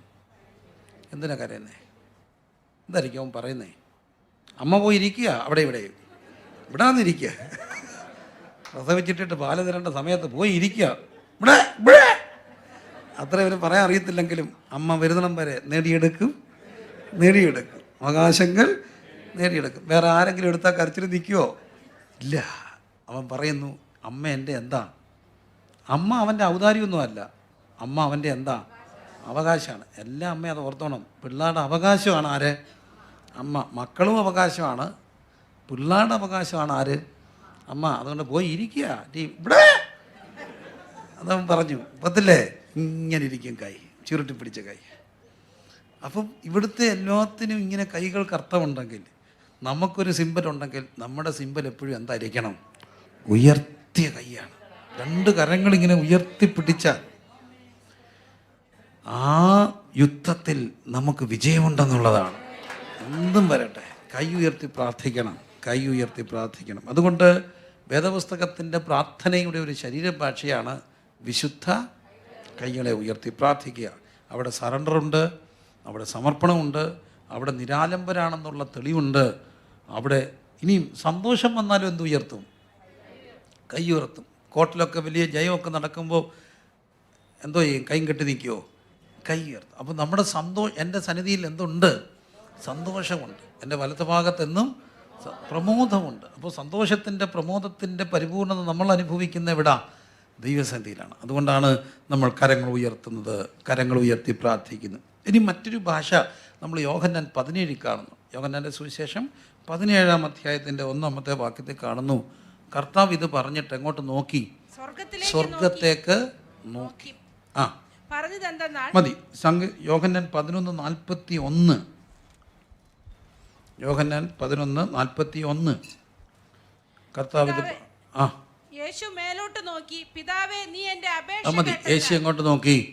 മേലോട്ട് നോക്കി. ഇത് പ്രാർത്ഥനയുടെ ഒരു ശരീരഭാഷയാണ്. കണ്ണുകളെ എങ്ങോട്ട് ഉയർത്തുക? മേലിലോട്ട് ഉയർത്തുക. ശരീരഭാഷ ഭയങ്കര ഗൗരവമുള്ളൊരു കാര്യമാണ് ദൈവസന്ധി വരുമ്പോൾ. സത്യത്തിൽ ഞാൻ ഈ അടുത്ത ദിവസങ്ങളൊക്കെ ചിന്തിക്കുന്ന ഒരു കാര്യമാണ്. എല്ലാ ശരീരഭാഷയ്ക്കും പ്രാധാന്യമുണ്ട്. നമ്മൾ ഒരാളെ കേൾക്കുമ്പോൾ നമ്മളൊരു കസാര പുറമോട്ട് ലീൻ ചെയ്ത് കിടന്ന് കേൾക്കുക, അർത്ഥം എന്നാണ്? താല്പര്യമില്ല. അവർ നമ്മളോട് ഹൃദയം തുറക്കുമോ? നമ്മളെ ഒരാൾ ഏറ്റവും വലിയൊരു കാര്യമുണ്ട്. ഈ പൗലോസ് അപ്പോസ്തലൻ അപ്പോസ്തല പ്രവൃത്തിയിൽ പറയുന്നുണ്ട്, പിന്നെ രാജശ്രീയോടൊക്കെ സംസാരിക്കുമ്പോൾ ഞാൻ ഈ പറയുന്ന ഒന്ന് ക്ഷമയോട് എന്ത് ചെയ്യണം? കേൾക്കണം. അപ്പോൾ ക്ഷമയോട് കേൾക്കാൻ പറ്റിയൊരു ഭാഷയാണ്. നമ്മളൊരാൾക്ക് വലിയ കാര്യത്തിൽ വർത്താനം വരാൻ ചെല്ലുമ്പോൾ പുള്ളിക്കാരൻ ആ ഈസി ചെയറിലോട്ട് പുറമോട്ടങ്ങ് ചരിഞ്ഞു, നമ്മളിങ്ങനെ ഇരിക്കുകയാണ്. അതിൻ്റെ അർത്ഥം എനിക്ക് നിന്നെ കേൾക്കാൻ എന്തില്ല? താല്പര്യം. ഒന്ന്, ഞാൻ പുറമോട്ട് പോകും തോറും ഞാൻ നിന്നിൽ നിന്ന് എന്ത് ചെയ്തുകൊണ്ടിരിക്കുക? അകന്നുകൊണ്ടിരിക്കുക. അപ്പോൾ അതുകൊണ്ട് ഏറ്റവും നല്ല കേൾവിക്കാരുടെ ലക്ഷണം, കേൾക്കാൻ ഇഷ്ടമില്ലെങ്കിൽ പോലും ഇച്ചിരി ഒന്ന് മുമ്പോട്ട് ലീൻ ചെയ്യണം. പുറമോട്ടല്ല, മുൻപോട്ട്. എന്നിട്ട് നമ്മൾ അവരെ നോക്കുമ്പോൾ അവർക്ക് മനസ്സിലായി അവർ പറയുന്നതൊക്കെ നമ്മൾ എന്ത് ചെയ്യുന്നുണ്ട്? ശ്രദ്ധിക്കുന്നുണ്ട്. എല്ലാ ഭർത്താക്കന്മാരും ഓർത്തോണേ, വല്ലതൊക്കെ പറയാൻ വരുമ്പോൾ മുമ്പോട്ട് ലീൻ ചെയ്താൽ അതിൻ്റെ അർത്ഥം നമ്മൾ പിള്ളേരെ ശ്രദ്ധിച്ചു. പിള്ളേർ നമ്മളോട് വർത്തമാനം പറയുമ്പോൾ നമ്മുടെ തല അങ്ങോട്ടും ഇങ്ങോട്ടും പോയാൽ അവരെന്തോ ചെയ്യും? തല ഇങ്ങനെ പിടിച്ച് നേരെ വെക്കും. എന്തിനാ പറയുന്നത്? എന്നെ മനുഷ്യനാണ് നിങ്ങൾക്ക് എന്നെ ഒന്ന് ശ്രദ്ധിച്ചു കൂടെ എന്നാണ് കൊച്ചു കുഞ്ഞു പോലും എന്ത് ചെയ്യുന്നേ നോക്കുന്നത്. അപ്പം ആ ശരീരഭാഷയാണ്. അപ്പോൾ ഇതുപോലാണ് പ്രാർത്ഥിക്കുമ്പോഴും ദൈവം നമ്മുടെ ശരീരഭാഷ നോക്കുമ്പോൾ നമ്മുടെ പ്രാർത്ഥനയുടെ അന്തർഗതം എന്താണെന്ന് അറിയാം. അപ്പം നമ്മൾ പറയും അഭിനയം ഒത്തിരി ഓടത്തില്ല കേട്ടോ. 100% കറക്റ്റാണ്. ഒരാൾക്കും ദീർഘനാൾ എന്ത് ചെയ്യാനൊക്കത്തില്ല, അഭിനയിക്കാനൊക്കത്തില്ല. ഇല്ല. ആത്മീയത്തിൽ അഭിനയിക്കുന്ന ഒത്തിരി പേരെ ഞാൻ കണ്ടിട്ടുണ്ട്. പക്ഷേ മുഴുവൻ അഭിനയങ്ങളും പൊളി. എന്താ കാര്യം ചോദിച്ചാൽ സ്പിരിച്വാലിറ്റിയിൽ എന്ത് ചെയ്യാനൊക്കത്തില്ല, അഭിനയിക്കാനൊക്കത്തില്ല. ഒക്കുമോ? തോന്നലാണ്. അപ്പം നമ്മൾ അവരുടെ പുറകെ ഒന്നും പോയി അവൻ്റെ പൊളിക്കാനൊന്നും പോകണ്ട. അത് പൊളിഞ്ഞോളൂ. പൊളിക്കാൻ പോയാൽ നമ്മൾ പൊളി. കാരണം നമ്മളെ അതൊന്നും ദൈവം എന്ത് ചെയ്തിട്ടില്ല, ഏൽപ്പിച്ചിട്ടില്ല. പക്ഷേ അഭിനയിക്കാൻ ഒക്കില്ല. ഇത് വിശുദ്ധിയുടെ ഒരു മാർഗമാണ്. ഇത് തീവ്രമാണ്, തീഷ്ണമാണ്, ദഹിപ്പിക്കുന്ന അഗ്നിജാലയാണ്. സ്നേഹത്തിൻ്റെ മറുകുടമായിരിക്കുമ്പം തന്നെ ദഹിപ്പിക്കുന്ന ഒരു അഗ്നിജാല കൂടാണ്. അപ്പം പ്രാർത്ഥനയ്ക്ക് ശരീരഭാഷ ഭയങ്കര ഘടകമാണ്. ഇവിടെ നമ്മളൊരു കുഞ്ഞിൻ്റെ കണ്ണി നോക്കി വർത്താനം പറയണമെന്ന് കുഞ്ഞാഗ്രഹിക്കുന്ന പോലെ തമ്പുരാനോട് പ്രാർത്ഥിക്കുമ്പോൾ കണ്ണുകളെ എങ്ങോട്ട് ഉയർത്തുന്നു? മുകളിലോട്ട്. അതുകൊണ്ടാണ് സംഗീതം 121 വായിക്കുന്നു, ഞാൻ എൻ്റെ കണ്ണ് പർവ്വതങ്ങളിലേക്ക് ഉയർത്തുന്നു. എൻ്റെ സഹായം എവിടെ നിന്ന് വരും? ആകാശവും ഭൂമി ഉണ്ടാക്കിയ യഹോവ. ദാസൻ്റെ കണ്ണ് യജമാൻ്റെ കയ്യിലേക്ക്, ദാസിയുടെ കണ്ണ് യജമാനത്തിയുടെ കയ്യിലേക്ക് എന്ന പോലെ ഞങ്ങളുടെ കണ്ണുകളെ കർത്താവിലേക്ക് ഉയർത്തുകയാണ്. അപ്പം രണ്ടാമത് നാം കാണുന്നൊരു ഭാഷയാണ് കണ്ണുകളെ ദൈവസന്നിധിയിലേക്ക് ഉയർത്തി എന്ത് ചെയ്യുന്നു? പ്രാർത്ഥിക്കുന്നു. ഇനി മൂന്നാമതൊരു ഭാഷ എഴുന്നേറ്റ് നിന്ന് പ്രാർത്ഥിക്കുന്നു, സ്റ്റാൻഡിങ് പൊസിഷൻ. നോക്കൂ, 1 ശമൂവേലിൻ്റെ പുസ്തകം 1-ാം അധ്യായത്തിൻ്റെ 26-ാമത്തെ വാക്യം. 1 ശമൂവേൽ 1-ാം അധ്യായത്തിൻ്റെ 26-ാമത്തെ വാക്യത്തിൽ ഹന്ന പറയുന്ന ഒരു വാക്കുണ്ട്. ഹന്ന അവൾ അവനോട് പറഞ്ഞത് പറഞ്ഞത്, യജമാനനെ. യജമാനനാണ്. ആ. യഹോവയോട് പ്രാർത്ഥിച്ചുകൊണ്ട് ഇവിടെ സമീപത്ത് നിന്നിരുന്ന സ്ത്രീ ഞാനാകും. അതിന്റെ മുകളിലത്തെ വാക്യം കൂടെ വായിച്ച്. അവർ കാളയെ അറുത്തിട്ട് ബാലനെ ഏലിയുടെ അടുക്കൽ ബാലനെ കൊണ്ടുവന്നു. ആ, അവൾ അവനോട് പറഞ്ഞത്, ആ, യജമാനനാണ്. യഹോവയോട് പ്രാർത്ഥിച്ചുകൊണ്ട് ഇവിടെ സമീപത്ത് നിന്നിരുന്ന സ്ത്രീ ഞാനാകും. കണ്ടോ, ബാലനെ കൊണ്ടുവന്നു. പക്ഷെ അതിനു മുമ്പ് ഒരു ദിവസം ആരില്ലാതെ വന്നു, ബാലനില്ലാതെ വന്നു. ഇവിടെ ഞാനൊരു കാര്യം പറയട്ടെ, ഹന്നയ്ക്കൊരു കുഞ്ഞുണ്ടായി. ഹന്നയ്ക്ക് കുഞ്ഞുണ്ടായതാണ് ആര്? ശമൂവേൽ. രണ്ട് രീതി കുഞ്ഞുണ്ടാകാം. കല്യാണം കഴിഞ്ഞ് മക്കളില്ലാത്തവരോ ഇനിയും കുഞ്ഞുങ്ങളെ ആഗ്രഹിക്കുന്നവരോ ഉണ്ടെങ്കിൽ ഒന്ന് കൈപ്പൊക്കാമോ? ഇനി എനിക്കൊരു കുഞ്ഞൂടെ വേണമെന്ന് ആഗ്രഹിക്കുന്നവർ, സ്വത്രം, ദൈവം അനുഗ്രഹിക്കും. വളരെ ഗൗരവമായിട്ട് പറയട്ടെ, രണ്ട് രീതി കുഞ്ഞുങ്ങളുണ്ടാകാം. ഒന്ന് ബർത്ത് ബൈ ചാൻസ് ആണ്, മറ്റൊന്ന് ബർത്ത് ബൈ ചോയ്സാണ്. രണ്ട് രീതി മക്കളുണ്ടാകാം. ബർത്ത് ബൈ ചാൻസ് ഉണ്ട്. വി വെയർ നോട്ട് പ്ലാൻഡ്, കുഞ്ഞങ്ങുണ്ടായിപ്പോയി, കളയാനൊക്കത്തില്ലല്ലോ. അത് ചോയ്സാണോ ചാൻസ് ആണോ? ചാൻസാണ്. നമുക്ക് ഈ ചാൻസ് അപകടമാണ്. നമ്മളാരും ചാൻസി മക്കൾ ജനിപ്പിക്കുന്നവരല്ല. പിന്നെ എങ്ങനെ ഉണ്ടാകണം? By choice. ഹന്നയ്ക്ക് ചോയ്സായിരുന്നു. അവൾ കർത്താവിൻ്റെ സന്ധിയിൽ പോയി പ്രാർത്ഥിച്ചുകൊണ്ട് എന്ത് ചെയ്തു? നിന്നു. ആർക്ക് വേണ്ടി? കുഞ്ഞിന് വേണ്ടി. ക്രൈസ്തവരെ എല്ലാ കല്യാണം കഴിക്കാൻ പോകുന്ന മക്കൾക്കും പ്രീമാരിറ്റൽ കൗൺസിലിംഗ് എടുക്കുമ്പോൾ ഇത് ഗൗരവമായിട്ട് പറയണം. രണ്ട് കാര്യങ്ങൾ പറയണം. ഒന്ന്, നേരത്തെ കല്യാണം കഴിക്കണമെന്ന് പറയണം. അതുകൊണ്ടാണ് സങ്കീർത്തനം 127, വീരൻ്റെ കയ്യിലെ അസ്ത്രങ്ങൾ എങ്ങനെയോ അങ്ങനെയാകുന്നു യൗവനത്തിൽ. അപ്പം മക്കളുണ്ടാകണമെങ്കിൽ എപ്പോൾ ഉണ്ടാകണം? യൗവനത്തിൽ മക്കളുണ്ടാകണമെങ്കിൽ എപ്പം കെട്ടണം? യൗവനം എന്ന് പറയുന്നത് സാധാരണ എത്ര വയസ്സുകാരെയാണ്? 30 അല്ലേ ഏകദേശം പ്രായം. അപ്പം 30-നൊക്കെ മുമ്പ് പിള്ളേരുണ്ടായിരിക്കണം. ഇത് കെട്ടാതെ ഇങ്ങനെ നിൽക്കും. പിന്നെ 35 പെണ്ണ് തപ്പി നടക്കുക. അപ്പം ഇരിക്കുന്ന ആരാണ്ട്. അപ്പം അതുകൊണ്ട് നേരത്തെ കാലത്തെ കെട്ടണം. കെട്ടിക്കഴിഞ്ഞാൽ എന്തുണ്ടാകണം? മക്കളുണ്ടാകണം. മക്കളുണ്ടാകണമെങ്കിൽ പ്രാർത്ഥിക്കണം, ദൈവമേ ഞങ്ങൾക്ക് എന്ത് തരണേ? മക്കളെ തരണം. അപ്പം മക്കൾ ഒരിക്കലും ചാൻസ് അല്ല, മക്കൾ എന്താണ്? ചോയ്സാണ്. ഇത് ക്രൈസ്തവ സമൂഹം അറിയണം. ദൈവത്തിന് വേണ്ടിയാണ് ഈ തലമുറ മക്കളെ ജനിപ്പിക്കുന്നത്. അന്ന് ഒരു കുഞ്ഞുങ്ങളെ കൊല്ലുന്ന ഒരു കാലഘട്ടം. ഒരു ലേവിനെ എഴുന്നേറ്റിട്ട് പോയി, എനിക്ക് ആരെ വേണം? കുഞ്ഞിനെ വേണം. അവർക്കൊരു കുഞ്ഞിനെ ജനിച്ചു. അവർ ആ കുഞ്ഞിനെ 3 മാസം എന്ത് ചെയ്ത് വെച്ചു? ഒളിപ്പിച്ച് വെച്ചു. ആരുടെ കാര്യമാണ്? മോശയുടെ കാര്യമാണ്. അപ്പം ദൈവം നമുക്ക് തരുന്ന മക്കൾ ചാൻസ് ആണല്ല, പിന്നെന്താ? ചോയ്സ് ആയിരിക്കണം. അതുകൊണ്ട് എല്ലാ പ്രിയപ്പെട്ടവരും ദൈവസന്ധി കുഞ്ഞുങ്ങൾക്ക് വേണ്ടി ജന്മം കൊടുക്കുമ്പോൾ പ്രാർത്ഥിച്ചുപവസിച്ചൊക്കെ വേണം മക്കളെ ജനിപ്പിക്കാൻ. കാരണം മക്കൾ ആകസ്മികമല്ല, മക്കൾ ചോയ്സാണ്. ഹന്ന ദൈവസന്ധി പോയി നിന്നു. ആർക്ക് വേണ്ടി? ഒരു ശമൂവേലിന് വേണ്ടി. അതുകൊണ്ടാണ് ദാൻ മുതൽ ബേർശേബ വരെ വിശ്വസ്ത പ്രവാചകനായി അറിയപ്പെട്ട ഒരു കുഞ്ഞ് ജനിച്ചത്. ദാൻ മുതൽ ബേർശേബ എന്ന് പറയുന്നത് കന്യാകുമാരി മുതൽ കാസർഗോഡ് വരെ പറയുന്ന ഒരു സ്റ്റേറ്റ്മെൻറ്റാണ്. ഒരറ്റം മുതൽ ഒരറ്റം വരെ അറിയപ്പെട്ടു. എന്ത് പ്രവാചകൻ? വിശ്വസ്ത പ്രവാചകൻ. എൻ്റെ പൊന്നു പ്രിയപ്പെട്ടവരെ, മക്കൾ ചോയ്സാണ്. മക്കൾ എന്തല്ല? ചാൻസ് അല്ല. ഒന്ന് സ്തോത്രം ചെയ്തേ. മക്കൾ ചോയ്സാണ്, എന്തല്ല? ചാൻസ് അല്ല. നമുക്ക് ചാൻസ് ആണെന്നൊക്കെ തോന്നിയാലും 100% ഉറപ്പ് പറയട്ടെ, മക്കൾ ഒരിക്കലും ചാൻസ് അല്ല, മക്കൾ ദൈവം തരുന്ന ചോയ്സാണ്. അപ്പോൾ അതുകൊണ്ടാണ് ഹന്ന ദൈവത്തോട്, ഞാൻ ഇവിടെ നിന്നില്ലേ ഒരു സ്ത്രീ പ്രാർത്ഥിച്ചുകൊണ്ട്, ആ സ്ത്രീ ഞാനാ. അപ്പോൾ എങ്ങനെ പ്രാർത്ഥിക്കാം? നിന്നുകൊണ്ട് പ്രാർത്ഥിക്കാം. വീണ്ടും നാം മുമ്പോട്ട് പോകുമ്പോൾ 2 ദിനവൃത്താന്ത പുസ്തകം 20-ാം അധ്യായത്തിൻ്റെ 5-ാമത്തെ വാക്യം. 2 ദിനവൃത്താന്തം 20:5. യഹോശഫാത്തിൻ്റെ കാലഘട്ടം. യഹോശഫാത്തിൻ്റെ കാലഘട്ടം 2 ദിനവൃത്താന്തം 20-ാം അധ്യായത്തിൻ്റെ 5. അവിടെ നമ്മൾ കാണുന്നു, യഹോശഫാത്ത് യഹോവയുടെ ആലയത്തിൽ പുതിയ പ്രാകാരത്തിന്റെ മുമ്പിൽ യഹൂദയുടെയും യെരൂശലേമിന്റെയും സഭാമധ്യേ നിന്നുകൊണ്ട് പറയുകയാണ്. അടുത്തൊരു പ്രാർത്ഥനയാണ്. അപ്പോൾ യഹോശഫാത്ത് ആ യുദ്ധത്തിൻ്റെ പ്രതിസന്ധി വന്നപ്പോൾ ദൈവസന്ധിയിൽ എല്ലാവരും എങ്ങനെ ചെയ്തു? നിന്നുകൊണ്ട് പ്രാർത്ഥിച്ചു. അപ്പം നമ്മളൊന്ന് കണ്ടു, കരങ്ങളെ ഉയർത്തി പ്രാർത്ഥിക്കാം. 2, എങ്ങനെ പ്രാർത്ഥിക്കാം? കണ്ണുകളെ ദൈവസന്ധിയിലേക്ക് ഉയർത്താം. ഞാൻ എൻ്റെ കണ്ണ് ഉയർത്താം. യേശു കർത്താവ് മുകളിലേക്ക് കണ്ണുകളെ ഉയർത്തി. അത് എൻ്റെ സഹായം ഇവിടെ നിന്നുമല്ല, എൻ്റെ സഹായം ആകാശത്ത് ദൈവത്തിൽ നിന്നാണ് വരിക. 3, നോക്കൂ, നിന്നുകൊണ്ട് പ്രാർത്ഥിച്ചു. അപ്പോൾ പ്രാർത്ഥനയിൽ എന്ത് ചെയ്യാം? നിന്നുകൊണ്ട് പ്രാർത്ഥിക്കും. ദൈവമായി കർത്താവിൻ്റെ സന്ധിയിൽ നമ്മൾ നിൽക്കുമ്പോൾ നിൽക്കുന്ന എന്തിനാണ്? അതൊരു വലിയ ആദരവ് കാണിക്കുന്നതാണ്. നമുക്കറിയാം, ഒരാൾ വരുമ്പോൾ നമ്മൾ എന്തു ചെയ്യും? എഴുന്നേക്കും. അത് വലിയ ആദരവിൻ്റെ ഭാഗമാണ്. ഞാൻ എൻ്റെ ഒരു പ്രിയപ്പെട്ട ദൈവദാസനുണ്ട്, ഒരു റോയിച്ചാൻ. അദ്ദേഹത്തിന് ഞാൻ കുറേ കാര്യങ്ങൾ പഠിച്ച ഒരു കാര്യം, ഞങ്ങൾ വർത്തമാനം പറഞ്ഞുകൊണ്ടിരിക്കുമ്പോൾ പല സമയത്തിൽ 10ഉം 15ഉം വയസ്സുള്ള കൊച്ചു പിള്ളേർ വന്നാൽ പോലും പുള്ളി എഴുന്നേറ്റ് കൈ കൊടുക്കും. എനിക്കത് ഭയങ്കര റെസ്പെക്റ്റായിട്ട് തോന്നി. അതൊരു മാന്യതയുടെ ഭാവമാണ്. ആ കുഞ്ഞിനെ എന്ത് ചെയ്യുക? ബഹുമാനിക്കുകയാണ്. പ്രത്യേകിച്ച് മക്കളോടൊക്കെ പറയട്ടെ, പണ്ടത്തെ നമ്മുടെ കാലത്ത് അപ്പന്മാരോ ജ്യേഷ്ഠന്മാരോ ഭർത്താക്കന്മാർ വന്നാൽ പോലും എന്ത് ചെയ്യായിരുന്നു? എഴുന്നേക്കുമായിരുന്നു. മൂത്തവരെ കാണുമ്പോൾ എന്ത് ചെയ്യും?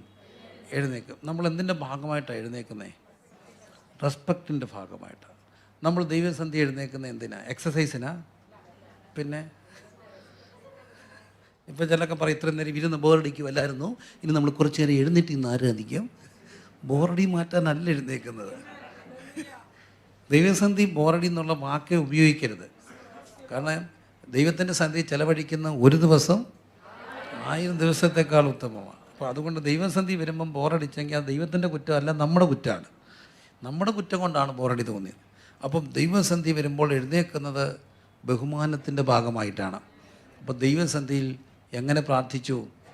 എഴുന്നേറ്റ് നിന്ന് പ്രാർത്ഥിച്ചു. ദൈവസന്ധി എഴുന്നേറ്റ് നിന്ന് പ്രാർത്ഥിച്ചു. ഇനി മറ്റൊരു പ്രാർത്ഥനയാണ് 2 ശമൂവേലിൻ്റെ പുസ്തകം 7-ാമത്തെ അധ്യായത്തിലേക്ക് വരുമ്പോൾ നാം കാണുന്നു. 2 ശമൂവേൽ 7 അതിൻ്റെ 18-ാമത്തെ വാക്യം. 2 ശമൂവേൽ 7:18. അപ്പോൾ ദാവീദ് രാജാവ് അകത്ത് എന്ന യഹോവയുടെ സന്നിധിയിൽ ഇരുന്ന് പറഞ്ഞെന്നാൽ, കർത്താവായ യഹോവേ, അങ്ങനെ ഇത്രത്തോളം കൊണ്ടുവരുവാൻ ഞാൻ ആർ? എൻ്റെ ഗ്രഹവും എന്തുള്ളൂ. ഇത് വളരെ പ്രധാനപ്പെട്ടൊരു കാര്യമാണ്. ഇനി രണ്ടാമത്തെ ഒരു കാര്യം, കൈ ഉയർത്തി പ്രാർത്ഥിച്ചു. പിന്നെ മുകളിലേക്ക് നോക്കി പ്രാർത്ഥിച്ചു. അവിടെ നാം പറഞ്ഞു ബഹുമാനത്തിൻ്റെ ഒരു ഭാഗമായിട്ടാണ് എന്ത് ചെയ്യുന്നത്? എഴുന്നേൽക്കുന്നത്. നമുക്ക് ചിലരുടെ മുമ്പ് ഇരിക്കാനൊക്കെ ഇല്ല, അതെന്തിൻ്റെ ഭാഗമാണ്? അവരോടുള്ള റെസ്പെക്റ്റിൻ്റെ ഭാഗം. അപ്പോൾ ദൈവസന്ധിയിൽ എഴുന്നേറ്റ് നിൽക്കുക എന്ന് പ്രാർത്ഥിക്കുക എന്ന് പറയുന്നത് ബുദ്ധിമുട്ടി എഴുന്നേക്കരുത്. ദൈവത്തോടുള്ള റെവറൻസിലാണ് എഴുന്നേക്കുന്നത്. ചെറുക്കെങ്കിലൊക്കെ എഴുന്നേക്കാനും ആരാധിക്കാനും ഒക്കെ പറയുന്നത് ഒരു പണിയില്ലാത്തത് കൊണ്ട് തോന്നും. നമ്മുടെ കംഫർട്ട് സോണിൽ നമ്മളെ ഒന്ന് എഴുന്നേൽപ്പിക്കുകയാണ്. അതൊക്കെ അറിയാതെ നടക്കേണ്ട കാര്യങ്ങളാണ്. ആരും കമ്പല് ചെയ്തല്ല ഇതൊന്നും നടക്കേണ്ടത്. ഓട്ടോമാറ്റിക്കായിട്ട് നടക്കും. ദൈവത്തോടുള്ള ബഹുമാനം വരുമ്പോൾ നമ്മൾ ദൈവസന്ധിയിൽ എന്ത് ചെയ്യണം? എഴുന്നേറ്റ് നിൽക്കണം. അപ്പം നോക്കൂ, ഇനി ദാവീദ് രാജാവ് ചെയ്തൊരു കാര്യമുണ്ട്. ദൈവസന്ധിയിൽ എന്ത് ചെയ്തു? ഇരുന്ന് പ്രാർത്ഥിച്ചു. ഭയങ്കരമാണ്. ഇരുന്നു. ഒരു 10-60 വയസ്സുള്ള ഒരു സഹോദരൻ, അദ്ദേഹം എന്നോടൊരിക്കൽ വന്നിട്ട് ചോദിച്ചു, ഒരു മനുഷ്യൻ ഹെൽത്തി ആണോ, അവൻ ഫിറ്റാണോ എന്ന് എങ്ങനെ അറിയാം? ഞാൻ ചോദിച്ചു, എങ്ങനെ അറിയാം? മെഡിക്കൽ ചെക്കപ്പ് നടത്തും. അപ്പോൾ എന്നോട് പറഞ്ഞു, ഒരു മെഡിക്കൽ ചെക്കപ്പും വേണ്ട pastor. If that person is fit enough, ഒറ്റ കാര്യം നോക്കിയാൽ മതി. കൈ കുത്താതെ ഇരിക്കുക, കൈ കുത്താതെ എഴുന്നേൽക്കുക. ആർക്കും ചെയ്യാമോ? ഇവിടുത്തെ ഏറ്റവും കനം കുറഞ്ഞ ഡ്രം അടിക്കുന്ന നമ്മുടെ ചേട്ടായിയ. കൈ കുത്താതിരിക്കാവോ? കൈ കുത്താതിരിക്കാവോ? വീടല്ലേ, ചുമ്മാ ഇരുന്നിട്ട് കൈ കുത്താതെ എഴുന്നേക്കാവോ? എഴുന്നേക്കാവോ? മനസ്സിലായില്ല. ഇരിക്കുന്നു, കൈ കുത്താതെ എഴുന്നേക്കാവോ? പോട്ടെ, കൈ കുത്താതെ ഇരിക്കാമോ? ഇരുന്ന് നോക്കിയോ? സംശയം നോക്കിയോ? കൈ കുത്താതിരിക്കാവോ? ചെറുപ്പക്കാരൻ നോക്കിയൊന്ന് കൈ കുത്താതിരിക്കും. നിൽക്കി കൈ ഇങ്ങോട്ട് മുമ്പോട്ട് നിൽക്കുന്നേ. കൈ കുത്താതെ ഇങ്ങോട്ട് ഇരുന്ന്, കൈ കുത്താതെ ഒന്ന് ഇരുന്ന് നോക്കി. ഇരിക്കാനങ്ങ് സിമ്പിൾ. ഇരുന്നോ, കുഴപ്പമില്ല. കൈ കുത്താതെ എഴുന്നേറ്റ് നോക്കി, ഒന്ന് ഇരുന്ന് നോക്കി. ഇരിക്കും. നമ്മൾ അങ്ങനെയല്ല ഇരിക്കും. കൈ കുത്തി. ഇനി ഇരുന്നേ. അല്ല, അങ്ങനെ കൈ മടക്കി. ഇനി എഴുന്നേറ്റേ, കൈ കുത്താതെ. ഫിറ്റായിട്ടുള്ള ആൾക്കാരാണെങ്കിൽ എനിക്ക് പാടാ. ഫിറ്റായിട്ടുള്ള ആൾക്കാരാണെങ്കിൽ കൈ കുത്താതെ എന്ത് ചെയ്യാം? ഇരിക്കാം. കൈ കുത്താതെ എഴുന്നേക്കാം. ഒറ്റ കാര്യം കൊണ്ടാണ് ഇത് ഇരുന്ന് ശീലിക്കുന്നത്. നിത്യാഭ്യാസി എന്തെടുക്കും? ആനയെടുക്കും. അപ്പോൾ ദൈവസന്ധി വരുമ്പോൾ മഹാനായ രാജാവ് പോലും സിംഹാസനം വിട്ടെഴുന്നേറ്റ് എവിടെ ഇരുന്നു? ദൈവസന്ധിയിൽ ഇരുന്നു. നമുക്ക് ഈ കൾച്ചറൊക്കെ തിരിച്ചു കൊണ്ടുവരുന്നത് നല്ലതാണെന്ന് എൻ്റെ ചിന്ത. കുറച്ച് പേരെങ്കിലും ദൈവസന്ധിയിൽ എപ്പോഴും എന്ത് ചെയ്യണം? ഇരിക്കണം. ഇരുന്ന് ശീലിച്ചോ, കസേര ഇരിക്കുന്നതിനെക്കാട്ടി സുഖമാണ്. ഇരുന്ന് ശീലിച്ചാൽ കസേര ഇരിക്കുന്നതിനെക്കാട്ടും കംഫർട്ടാണ് ഇരിക്കുന്നത്, അല്ലേ? അതുകൊണ്ടായിരിക്കണം AICC മീറ്റിംഗ് ഇപ്പോഴും എവിടെ ഇരുന്നോണ്ടോ, നിലത്തിരുന്ന. അതൊരു പാരമ്പര്യത്തിൻ്റെ ഭാഗമെന്നേ ഉള്ളൂ. എന്നാലും ഒരു ഘടകമുണ്ട്. തമ്പുരാൻ്റെ അടുക്ക വരുമ്പോൾ എന്ത് ചെയ്യണം? ഇരുന്ന് പഠിക്കണം. ഇരുന്ന് പ്രാർത്ഥിച്ചു. ആരാ ഇരുന്നത്? വെറും ആളല്ല, രാജാവിരുന്നു. രാജാവിനെ പോലെ ഒരാളിരുന്നെങ്കിൽ നമുക്ക് ദൈവസന്ധി ഇരിക്കാനൊക്കത്തില്ലേ? നോക്കൂ, ഇരുന്ന് പ്രാർത്ഥിച്ചു. ഇനിയും യെഹെസ്കേൽ പ്രവചനം 8-ാം അധ്യായത്തിൽ കാണുന്നുണ്ട്. യെഹെസ്കേൽ പ്രവാചകനാണ്. അതുകൊണ്ടൊക്കെ തന്നെയാണ് ഈ പ്രവചനമൊക്കെ വന്നത്. പ്രവാചകൻ പറയുന്നു, യെഹെസ്കേൽ 8:1 വായിച്ചേ. യെഹെസ്കേൽ 8:1. 6-ാം ആണ്ട് 6-ാം മാസം 5-ാം തീയതി 6-ാം മാസം 6-ാം ആണ്ട് 5-ാം തീയതി ഞാൻ വീട്ടിലിരിക്കുകയും യഹൂദ മൂപ്പന്മാർ എന്റെ മുമ്പിൽ ഇരിക്കുകയും കണ്ടോ, ചെയ്തപ്പോൾ ഞാൻ വീട്ടിലിരുന്നു. പ്രവാചകൻ ഇരുന്നു, വെറുതെ ഇരുന്നല്ല. ദൈവസന്ധി പ്രാർത്ഥിക്കാൻ എന്ത് ചെയ്തു? ഇരുന്നു. അപ്പോൾ പ്രാർത്ഥനയുടെ മറ്റൊരു പ്രധാനപ്പെട്ട ശരീരഭാഷയാണ് എന്ത് ചെയ്യാം? ഇരിക്കാം. ദൈവമക്കളൊക്കെ ഇരിക്കണം. അത് ചെറിയൊരു കാര്യമല്ല. കുഞ്ഞുങ്ങളൊക്കെ ദൈവസന്ധിയിൽ എന്ത് ചെയ്ത് പഠിക്കണം? ഇരുന്ന് പഠിക്കണം. കഴിവതും കുടുംബ പ്രാർത്ഥനയ്ക്കൊക്കെ മക്കളെയൊക്കെ എവിടെ ഇരുത്തണം? താഴെ ഇരുത്തണം. തെറ്റല്ല. ഒരു കാർപ്പറ്റ് വേണം, ഒരു പ്രാർത്ഥനാപ്പായിൽ ഇരുന്ന് പഠിക്കണം. ഇരുന്ന് കുറച്ചു നേരം ഇരിക്കുക എഴുന്നേൽക്കുകയൊക്കെ ചെയ്താൽ നമ്മുടെ ഇവിടെ ഈ ഇടുപ്പെല്ലാം ഓക്കെ ആവും. ഹിപ്പിൻ്റെ വേദനയൊക്കെ മാറും. ദൈവസന്ധി എന്ത് ചെയ്താൽ മതി? ഇരുന്നാൽ മതി. ഇരിക്കണം. ദാവീദിനെ പോലെ രാജാവ് ഇരുന്നെങ്കിൽ പിന്നെ നമുക്കിരിക്കണ്ടേ? ലോകം കണ്ട ഏറ്റവും പ്രശസ്തനായ ഒരു രാജാവ്. ആ രാജാവിന് ദൈവസന്ധി ഇരുന്നു. യെഹെസ്കേൽ പ്രവചനത്തിൽ നാം കാണുന്നു, പ്രവാചകൻ ദൈവസന്ധിയിൽ എന്ത് ചെയ്തു? ഇരുന്നു. ഇനി നമ്മുടെ യേശു ഇരുന്നു. അവൻ ജനക്കൂട്ടത്തെ കണ്ടാറെ മലമേൽ കയറി യേശു ഇരുന്നു. ഇരുന്ന ശേഷം ശിഷ്യന്മാർ അവൻ്റെ അടുക്കൽ വന്നു. ഗിരിപ്രഭാഷണം എന്ന മഹത്തായ പ്രഭാഷണം തുടങ്ങുമ്പോൾ കർത്താവായ യേശു എന്ത് ചെയ്യായിരുന്നു? ഇരിക്കുകയായിരുന്നു. ന്യായാധിപന്മാരുടെ പുസ്തകം 20-ാം അധ്യായത്തിൻ്റെ 26-ാം വാക്യം. ന്യായാധിപന്മാർ 20:26. ന്യായാധിപന്മാർ 20:26. അപ്പോൾ ഇസ്രായേൽ മക്കളൊക്കെയും സർവ്വജനവും കയറി ബേഥേലിലേക്ക് ചെന്നു. അവിടെ യഹോവയുടെ സന്നിധിയിൽ കരഞ്ഞുകൊണ്ട് അന്ന് സന്ധ്യ വരെ ഉപവസിച്ച് പാർത്തു. യഹോവയുടെ സന്നിധിയിൽ ഹോമയാഗങ്ങളും സമാധാനയാഗങ്ങളും അർപ്പിച്ചു. അവര് ദൈവസന്ധിയിലേക്ക് യഹോവയുടെ സന്ധി കരഞ്ഞുകൊണ്ട് ബേഥേലിലേക്ക് ചെന്നു. അവിടെ യഹോവയുടെ സന്നിധിയിൽ ഉപവസിച്ച് പ്രാർത്ത് യഹോവയുടെ സന്ധി ഹോമയാഗങ്ങളും സമാധാനയാഗങ്ങളും കഴിച്ചുകൊണ്ടിരിക്കുകയാണ്. എന്നെ കേൾക്കുന്ന പ്രിയപ്പെട്ടവരെ, ദൈവസന്ധിയിൽ ഇരുന്ന് പ്രാർത്ഥിക്കണം. ഇരിക്കാൻ കഴിയും, അത്ര പാടുള്ള കാര്യമല്ല. പക്ഷേ ഇരുന്ന് പ്രാർത്ഥിച്ച ഒരു കാര്യം ഉറപ്പാണ്, സ്വർഗ്ഗം എഴുന്നേറ്റ് നിൽക്കും. നമ്മൾ തമ്പുരാൻ്റെ ദൈവം എഴുന്നേൽക്കുന്നു, അവൻ്റെ ശത്രുക്കൾ ചിതറിപ്പോകും. അപ്പോൾ സ്വർഗം എഴുന്നേൽക്കണമെങ്കിൽ നമ്മൾ ദൈവസന്ധിയിൽ എന്ത് ചെയ്യണം? ഇരിക്കണം. അപ്പോൾ ഇരുന്ന് പ്രാർത്ഥിച്ചു. ഇനി അടുത്തൊരു കാര്യം, പ്രാർത്ഥനയുടെ പ്രധാനപ്പെട്ട ഒരു ശരീരഭാഷയാണ് മുട്ട നിന്ന് പ്രാർത്ഥിച്ചു. വായിച്ചോ, എസ്രായുടെ പുസ്തകം 9-ാം അധ്യായം. എസ്രായുടെ പുസ്തകം 9-ാം അധ്യായത്തിൻ്റെ 5-ാമത്തെ തിരുവചനം. എസ്ര 9:5. എസ്രായുടെ പുസ്തകം 9-ാം അധ്യായത്തിൻ്റെ 5-ാമത്തെ തിരുവചനം. സന്ധ്യായാഗത്തിന്റെ സമയത്ത് ഞാൻ എന്റെ ആത്മതപനം വിട്ട് എഴുന്നേറ്റ് കീറിയ വസ്ത്രത്തോടും മേലങ്കിയോടും കൂടെ മുട്ടുകുത്തി എന്റെ ദൈവമായ യഹോവയെങ്കിലേക്ക് കൈ മലർത്തി പറഞ്ഞത് എന്തെന്നാൽ.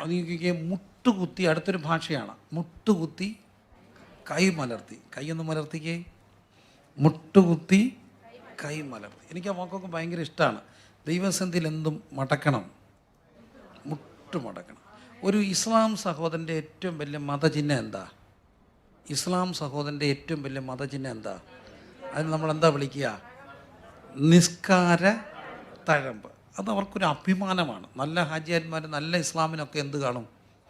തഴമ്പ് കാണും, നിസ്കാര തഴമ്പ്. അത് അവർക്കൊരു മോശക്കാരിയാണോ അഭിമാനക്കാരിയാണോ? അപ്പം ഒരു ക്രിസ്ത്യാനിയുടെ തഴമ്പ് എവിടെ കാണും? മുട്ടത്താണ്. ഞാൻ ഒന്ന് കഴിച്ചു. മുട്ട തഴമ്പുള്ള എത്ര പേരുണ്ട്? ഒന്ന് കൈവക്കാം. 1, 2, 3, 4, 5, 6. മുട്ട തഴമ്പ് വേണം. മുട്ട തഴമ്പ് വരാൻ ഞാൻ ഉറപ്പായിട്ടും പറയാം, ഒറ്റ മാസം മുട്ട ഇന്ന് എപ്പോഴെങ്കിലുമൊക്കെ പ്രാർത്ഥിച്ച മുട്ട തഴമ്പ് വരും. ഈ മുട്ട തഴമ്പുണ്ടെങ്കിൽ നമുക്ക് പിള്ളേരെയൊക്കെ വിരട്ടാം. പിള്ളേരെയും സഭക്കാരെയൊക്കെ വിരട്ടാം. കളിക്കരുത്, കണ്ടോ ഇത്?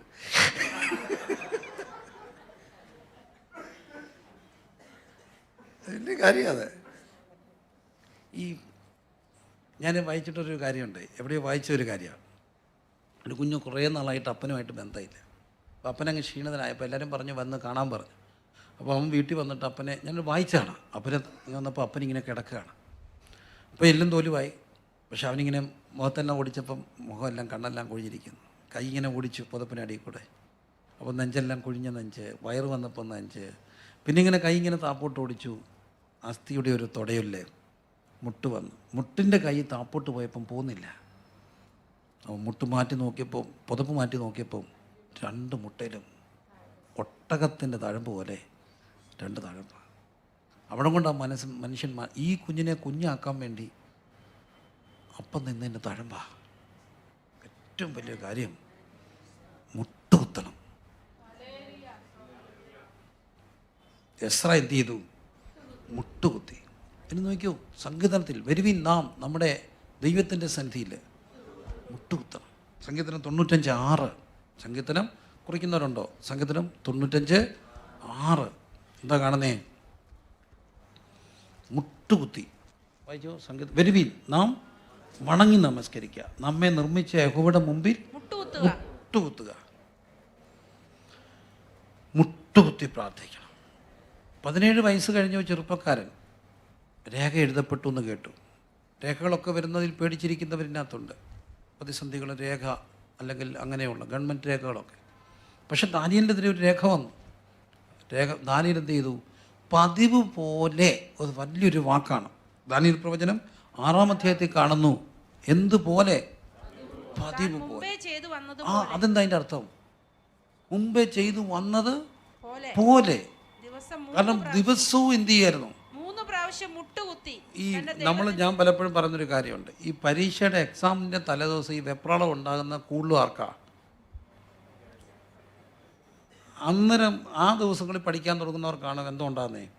വെപ്രാളം. നേരത്തെ സിസ്റ്റമായിട്ടൊക്കെ പഠിച്ചവരൊക്കെ എന്തോ ചെയ്യും? ഒന്ന് കൂളായിട്ടിരിക്കും. ഇതുപോലൊക്കെ തന്നെ ആയിരുന്നാൽ 2 കൂട്ടരന്ന് കൂളായിരിക്കും. ഒന്നും പഠിക്കാത്തവൻ കൂളാണ്. രാവിലെയൊക്കെ എക്സാമിൻ്റെ വഴി എല്ലാം മുണ്ടൊക്കെ മടക്കി കാരണം അവന് അങ്ങനെയുള്ളവരെ കണ്ടിട്ടില്ലേ? Very cool. അതുകൊണ്ടാണ് ഞാൻ പറഞ്ഞ ബുദ്ധി ഇല്ലാത്തവരാ ഭാഗ്യവാന്മാർ. അവർക്ക് ടെൻഷനില്ല. ഈ ടെൻഷനുള്ള ആർക്കായിരിക്കും? അന്ന് അവർ തലേദിവസം മുഴുവൻ ഇരുന്ന് പഠിക്കും. പിറ്റേ ദിവസം രാവിലെ ബ്ലാങ്ക് ഔട്ടായി പോകും. കാരണം ഈ പഠിച്ചത് എന്നാ എപ്പോഴാണ്? ഇതെല്ലാവർക്കും ഉള്ളതാണ്. ഞാനിപ്പോൾ ഓർക്കുന്നുണ്ട്, എൻ്റെ ഒരു അസൈൻമെൻറ്റ് സമർപ്പിക്കേണ്ട സമയത്ത് കൃത്യം 4 മണിക്ക് സമർപ്പിക്കണം. 4:05 ആയാൽ പേപ്പറൊക്കെ ആകാശത്തൂടെ പറക്കുന്ന ഒരു സാറാണ്. ആ പ്രൊഫസറുടെ കയ്യിൽ 4:05 ആയാൽ ഇങ്ങനെ പേപ്പർ ഇങ്ങനെ ആകാശത്തൂടെ പറക്കും. അങ്ങനത്തെ ഒരു സാറ്. ഞാൻ തലേ ദിവസം 4 മണിയായപ്പോൾ ഇരുന്നു. 3:55 ആയപ്പോൾ അസൈൻമെൻറ്റ് കുത്തി കെട്ടി കൊണ്ടു കൊടുത്തു. 4:30 അഡ്മിറ്റായി. 4:30 അഡ്മിറ്റായി. പനിച്ച്. കാരണം രാത്രി ഉറങ്ങാതിരിക്കാൻ വെള്ളമൊക്കെ കൊണ്ട് അതിനകത്ത് താഴെ വെച്ച് അതിനകത്ത് കാല് ചവിട്ടി വെച്ച് എന്തെല്ലാം കോമിക്ക് കാണിച്ചാൽ തീർത്ത്. അപ്പം ഞാൻ പറഞ്ഞു വന്നതിന് താല്പര്യം, ഇതെല്ലാം എപ്പം തുടങ്ങുന്നതുകൊണ്ടാണ്. പക്ഷേ ദാനിയേൽ കൂളായിരുന്നു. ഇത്രയും വലിയ പ്രതിസന്ധിയുടെ മുമ്പിൽ കൂളായിട്ട് നിൽക്കാനുള്ള കാര്യം പതിവ് പോലൊരു സ്വഭാവം ഉണ്ടായിരുന്നു. മുട്ടുകുത്ത്. ഇത് ചിലർക്കൊരു ആചാരമാണ്. ദൈവമക്കളായി നമ്മളെ സംബന്ധിച്ചോളം ആചാരമല്ല, ആത്മനിയോഗമാണ്. ആചാരവും നിയോഗവും രണ്ടും രണ്ടാണ്. അപ്പോൾ ദൈവസന്നിധിയിൽ എന്ത് ചെയ്തു? മുട്ടുകുത്തി പ്രാർത്ഥിച്ചു. ഇനി എന്നെ മുട്ടുകുത്തി വലിയ അത്ഭുതപ്പെടുത്തിയ ഒരു കാര്യമുണ്ട്. അപ്പോസ്തലപ്രവൃത്തി 9:40. അപ്പോസ്തലപ്രവൃത്തി 9:40 ഒരാൾ മരിച്ചു. സിസ്റ്ററെ, അതിൻ്റെ മുമ്പിൽ ഒരു സംഭവം ഉണ്ടായി. മരിച്ചത് ആരാന്നറിയാവോ? തബീതയാണ്. ഈ തബീത മരിച്ചപ്പോൾ അന്നത്തെ ഏറ്റവും വലിയ പോപ്പിനെ, ഏറ്റവും വലിയ ആളെ അടക്കം കൊണ്ടുവന്നു. ആരെയാ? അന്നത്തെ ഏറ്റവും വലിയ സീനിയർ പാസ്റ്റർ ആരാ? പത്രോസാണ്. അപ്പം ഒരാൾ മരിച്ചാൽ പ്രധാനപ്പെട്ട ഒരാളെ കൊണ്ടുവന്ന് തെറ്റാണോ? അല്ല. അനുസ്മരണ യോഗം നടത്തി അവിടെ. തബീത മരിച്ചപ്പോൾ എന്ത് കാണിച്ചാ?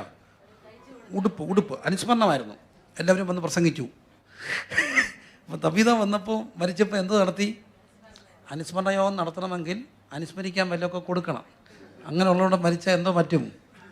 അനുസ്മരണം നടത്തും. ചെല്ല് മരിച്ചാൽ ഒന്നും നടക്കത്തില്ല, അത് വേറെ കാര്യം. ജന്നിൽ ഒരു പാസ്റ്റർ മരിച്ചു. അപ്പോൾ ആ പാസ്റ്റർ എല്ലാവർക്കും ഫുഡ് കൊടുക്കുന്ന പാസ്റ്ററാണ്.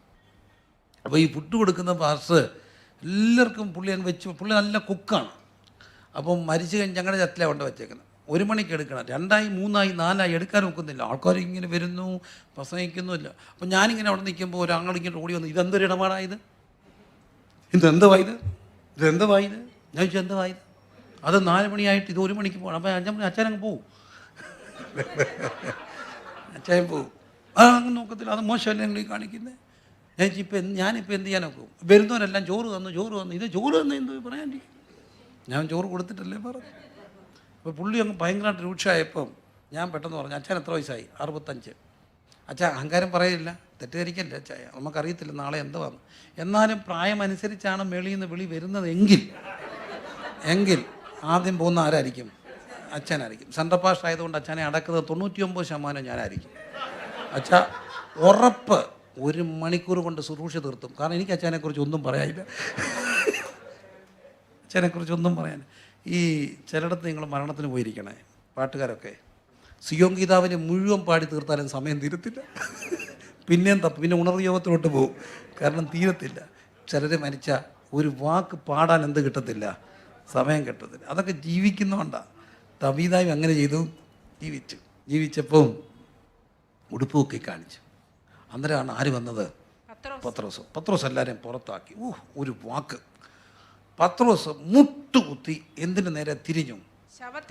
ഇവിടെ നിങ്ങൾ ഓർക്കണം, ഈ ശവത്തിൻ്റെ നേരെ തിരിയാവും.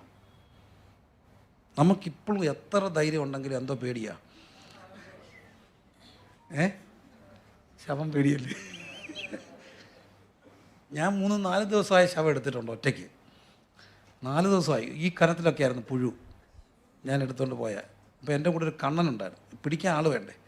കണ്ണനോട് ഞാൻ ചോദിച്ചേട്ടാ കൂടാമോ? അച്ഛാ കൂടാം, പക്ഷേ ഒരാഴ്ച എന്നെ കൂടെ കിടത്താമോ എന്ന് ചോദിച്ചു. കണ്ണനൊരു ഇരുകാലും ഒരു ഇരുമ്പ് സാധനമാണ്. കട എൻ്റെ കൂടെ കിടന്നു. പിന്നെ ഒരാഴ്ച എന്നെ കെട്ടിപ്പോയി. എന്നാലും ഒരു സംഭവമായിരുന്നു. അതൊക്കെ ഒരു അനുഭവങ്ങൾ നോക്കി ഓർത്താൽ മതി. ഒരു ശവത്തിൻ്റെ നേരെ. ശവം പേടിയാണോ? സത്യം പറ. ഒറ്റയ്ക്ക് കണ്ട പേടിയല്ലേ? ധൈര്യമൊന്നും പറയല്ലേ? പേടിയല്ലേ? ഒറ്റയ്ക്കുണ്ട്. എൻ്റെ കൂടെ ഒരു സഹോദരൻ ഉണ്ടായിരുന്നു. പുള്ളിക്കാരൻ ഭയങ്കരമായിട്ട് മദ്യപാനിയായിരുന്നു. ഒടുവിൽ പുള്ളി തിരിഞ്ഞു വന്നു. 1.5 വർഷത്തോളം എൻ്റെ കൂടെ ഉണ്ടായിരുന്നു. അത് കഴിഞ്ഞ് പുള്ളി തിരിഞ്ഞു പോയിട്ട് വീണ്ടും കഞ്ചാവും വെള്ളവും എല്ലാം ആയിട്ട് സെമിത്തേരിലായിരുന്നു കിടപ്പൊക്കെ. ഇതൊരു കാര്യം നടന്നതാണ്. വെളുപ്പിനെ അത് ആ സെമിത്തേരിയുടെ അതുവഴി ഒരാൾ കയറിപ്പോയപ്പോൾ ഈ പുള്ളി സെമിത്തേരുടെ മണ്ടേ കിടക്കുക. ഈ അനക്കം കേട്ടോണ്ട് ഇദ്ദേഹം ചോദിച്ചു, ആരാ? പേടിച്ചല്ലേ? എൻ്റെ അയ്യാനാ ചേട്ടാ, അകത്ത് ഭയങ്കര ചൂടായതുകൊണ്ട് ഞാനൊന്ന് പുറത്തിറങ്ങി.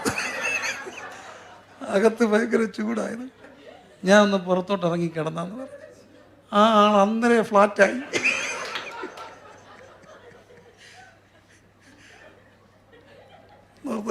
തെരിപ്പോ പറയാം, വെളുപ്പിന് നേരം വെളുത്തിട്ടില്ല, അകത്ത് ചൂടായതുകൊണ്ട്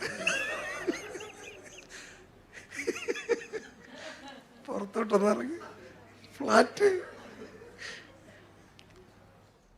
ഇവിടെയാണ് എല്ലാവരും പുറത്താക്കിയിട്ട് എന്തിനു നേരെ തിരിഞ്ഞു? മുട്ടുകുത്തി ഒരൊറ്റ പറച്ചിൽ. പിന്നെ ശവം നല്ല വിളിച്ചത്. എന്താ വിളിച്ചേ? അയ്യോ. അപ്പോൾ ഒരു കാര്യം ഉറപ്പാണ്, ഏത് മരിച്ചു എന്ന് കരുതുന്നതിന് നേരെ മുട്ടുകുത്തി പറഞ്ഞ ഈ മുട്ടുകുത്തുമ്പോൾ ഉണ്ടാകുന്നൊരു അധികാരമുണ്ട് കേട്ടോ. അത്ഭുതം നടക്കും അവിടെ. നമ്മൾ ചിന്തിക്കുന്ന അത്ഭുതം അല്ല മുട്ടയെ കുത്തുമ്പോൾ ഉണ്ടാകും. ഞാൻ ഈ പ്രവചനത്തിലൊക്കെ കുറച്ച് വിശ്വസിക്കുന്നതാണ്. നല്ല പ്രവാചകരുണ്ട്. അപ്പോൾ ഈ കഴിഞ്ഞ ദിവസം എനിക്കറിയാവുന്ന ഒരു കുഞ്ഞ്, ആ കുഞ്ഞിന് 30-31 വയസ്സായി. ഇവൻ എന്ത് ചെയ്ത വിശ്വാസത്തിൽ നിന്ന് കെട്ടത്തില്ല.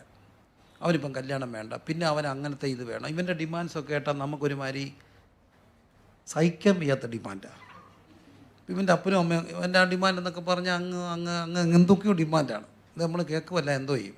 അങ്ങനെ വല്ലതും ഉണ്ടാകണമെങ്കിൽ നമ്മൾ അങ്ങനെ കമ്പ്യൂട്ടറിൽ വല്ലതും വരച്ചുകൊണ്ട് വരണം. ആ ടൈപ്പ് ഒരു ഡിമാൻഡ്സാണ്. ഇവനെ എങ്ങനെ കെട്ടിക്കും? അവൻ്റെ അപ്പനെ ഭയങ്കര സങ്കടം. അപ്പം ഞാനും ഈ വിഷയം പറയാതെ ഞാനും ഒരാൾ ഈ അച്ചായനും കൂടെ പ്രാർത്ഥിക്കാതിരിക്കുക. ഞങ്ങളുണ്ട്. പ്രാർത്ഥിക്കാതിരിക്കുമ്പോൾ ഒരു പ്രവാചകനുമുണ്ട്. ആ പ്രവാചകൻ ഇങ്ങനെ ഇതൊന്നും അറിയാത്തൊരു പ്രവാചകൻ, അറിയത്തില്ലെന്നുള്ള കാര്യം. ഇദ്ദേഹത്തോട് ദൂത് പറയുന്നു, ദൈവദാസനെ, നിങ്ങളുടെ ഒരു മകൻ്റെ വിഷയത്തിൽ നിങ്ങൾ ഭാരപ്പെട്ടിരിക്കുകയാണ്. അവൻ്റെ വിവാഹവുമായിട്ട് ബന്ധപ്പെട്ടാണ് നിങ്ങൾ ഭാരപ്പെട്ടിരിക്കുന്നത്. അവൻ്റെ കൺസെപ്റ്റും അവൻ്റെ ചിന്താഗതികളും ആശയങ്ങളും ഒക്കെ ഇപ്പോൾ നിങ്ങളെക്കാട്ടിലും ഒരു 4 അടി ഉയരത്തിലാണ് നിൽക്കുന്നത്. ദൂതാണ്. നിങ്ങൾ ഒരു കാര്യം ചെയ്യൂ, അവന് വേണ്ടി മുട്ടുകുത്തു. ഒറ്റയടി തമ്പുരാൻ അവൻ 2 അടി താഴെ വന്നിട്ട് നീ പറയുന്ന പെണ്ണിനെ കെട്ടും. തുടരുക മുട്ടുകുത്തൽ. പ്രവാചകൻ ദൂത് പറയും, ഈ 4 അടി കളഞ്ഞു നിൽക്കുന്നവൻ എവിടെ വരും? 2 അടി താഴെ വരും. സത്യമാണ്. ഈ 4 അടി കളന്ന് നിൽക്കുന്നവനെയൊക്കെ ഉണ്ടല്ലോ, അടിച്ച് താഴെ കൊണ്ടുവരാൻ ഒറ്റ വഴി ചെയ്താൽ മതി. മുട്ടുകുത്തി അങ്ങ് പ്രാർത്ഥിച്ചാൽ മതി. മുട്ടുകുത്തി പ്രാർത്ഥിച്ചാൽ എല്ലാവരും താഴെ വരും. എൻ്റെ മുട്ടുകുത്തി പ്രാർത്ഥിച്ച ശാപത്തിൻ്റെ നേരെ തിരിഞ്ഞു. പിന്നെ വിളിച്ചത് എന്താ? തബീത. എന്ത് ചെയ്യാൻ പറഞ്ഞു? അങ്ങനെയാണെങ്കിൽ ഒരു കാര്യം ഉറപ്പാണ്, ഇന്നും നമ്മൾ ദൈവസന്ധി മുട്ടുകുത്തി പ്രാർത്ഥിച്ച മൃതമായെന്ന് ചിന്തിക്കുന്നതൊക്കെ ജീവിച്ചെഴുന്നേക്കും. മൃതമായതിനെ ജീവിപ്പിക്കുന്നതാണ് ദൈവമക്കളുടെ മുട്ടുകുത്ത്. ഷഖന ഹത്തുനിയ റഗന ദിഗ ലഗതന ഹംദന. നഷ്ടപ്പെട്ടെന്ന് കരുതുന്നത്, ഒരിക്കലും വരത്തില്ലെന്ന് കരുതുന്നത്, ഒരിക്കലും തിരിച്ചു വരത്തില്ലെന്ന് ചിന്തിക്കുന്നതിനൊക്കെ തിരിച്ചു പിടിക്കാൻ കഴിയുന്ന ഒരു പ്രാർത്ഥനാ ശൈലിയുണ്ട്. ദൈവമക്കൾ മുഴങ്കാലിൽ നിന്നുകൊണ്ട് പ്രാർത്ഥിക്കുന്നതാണ്.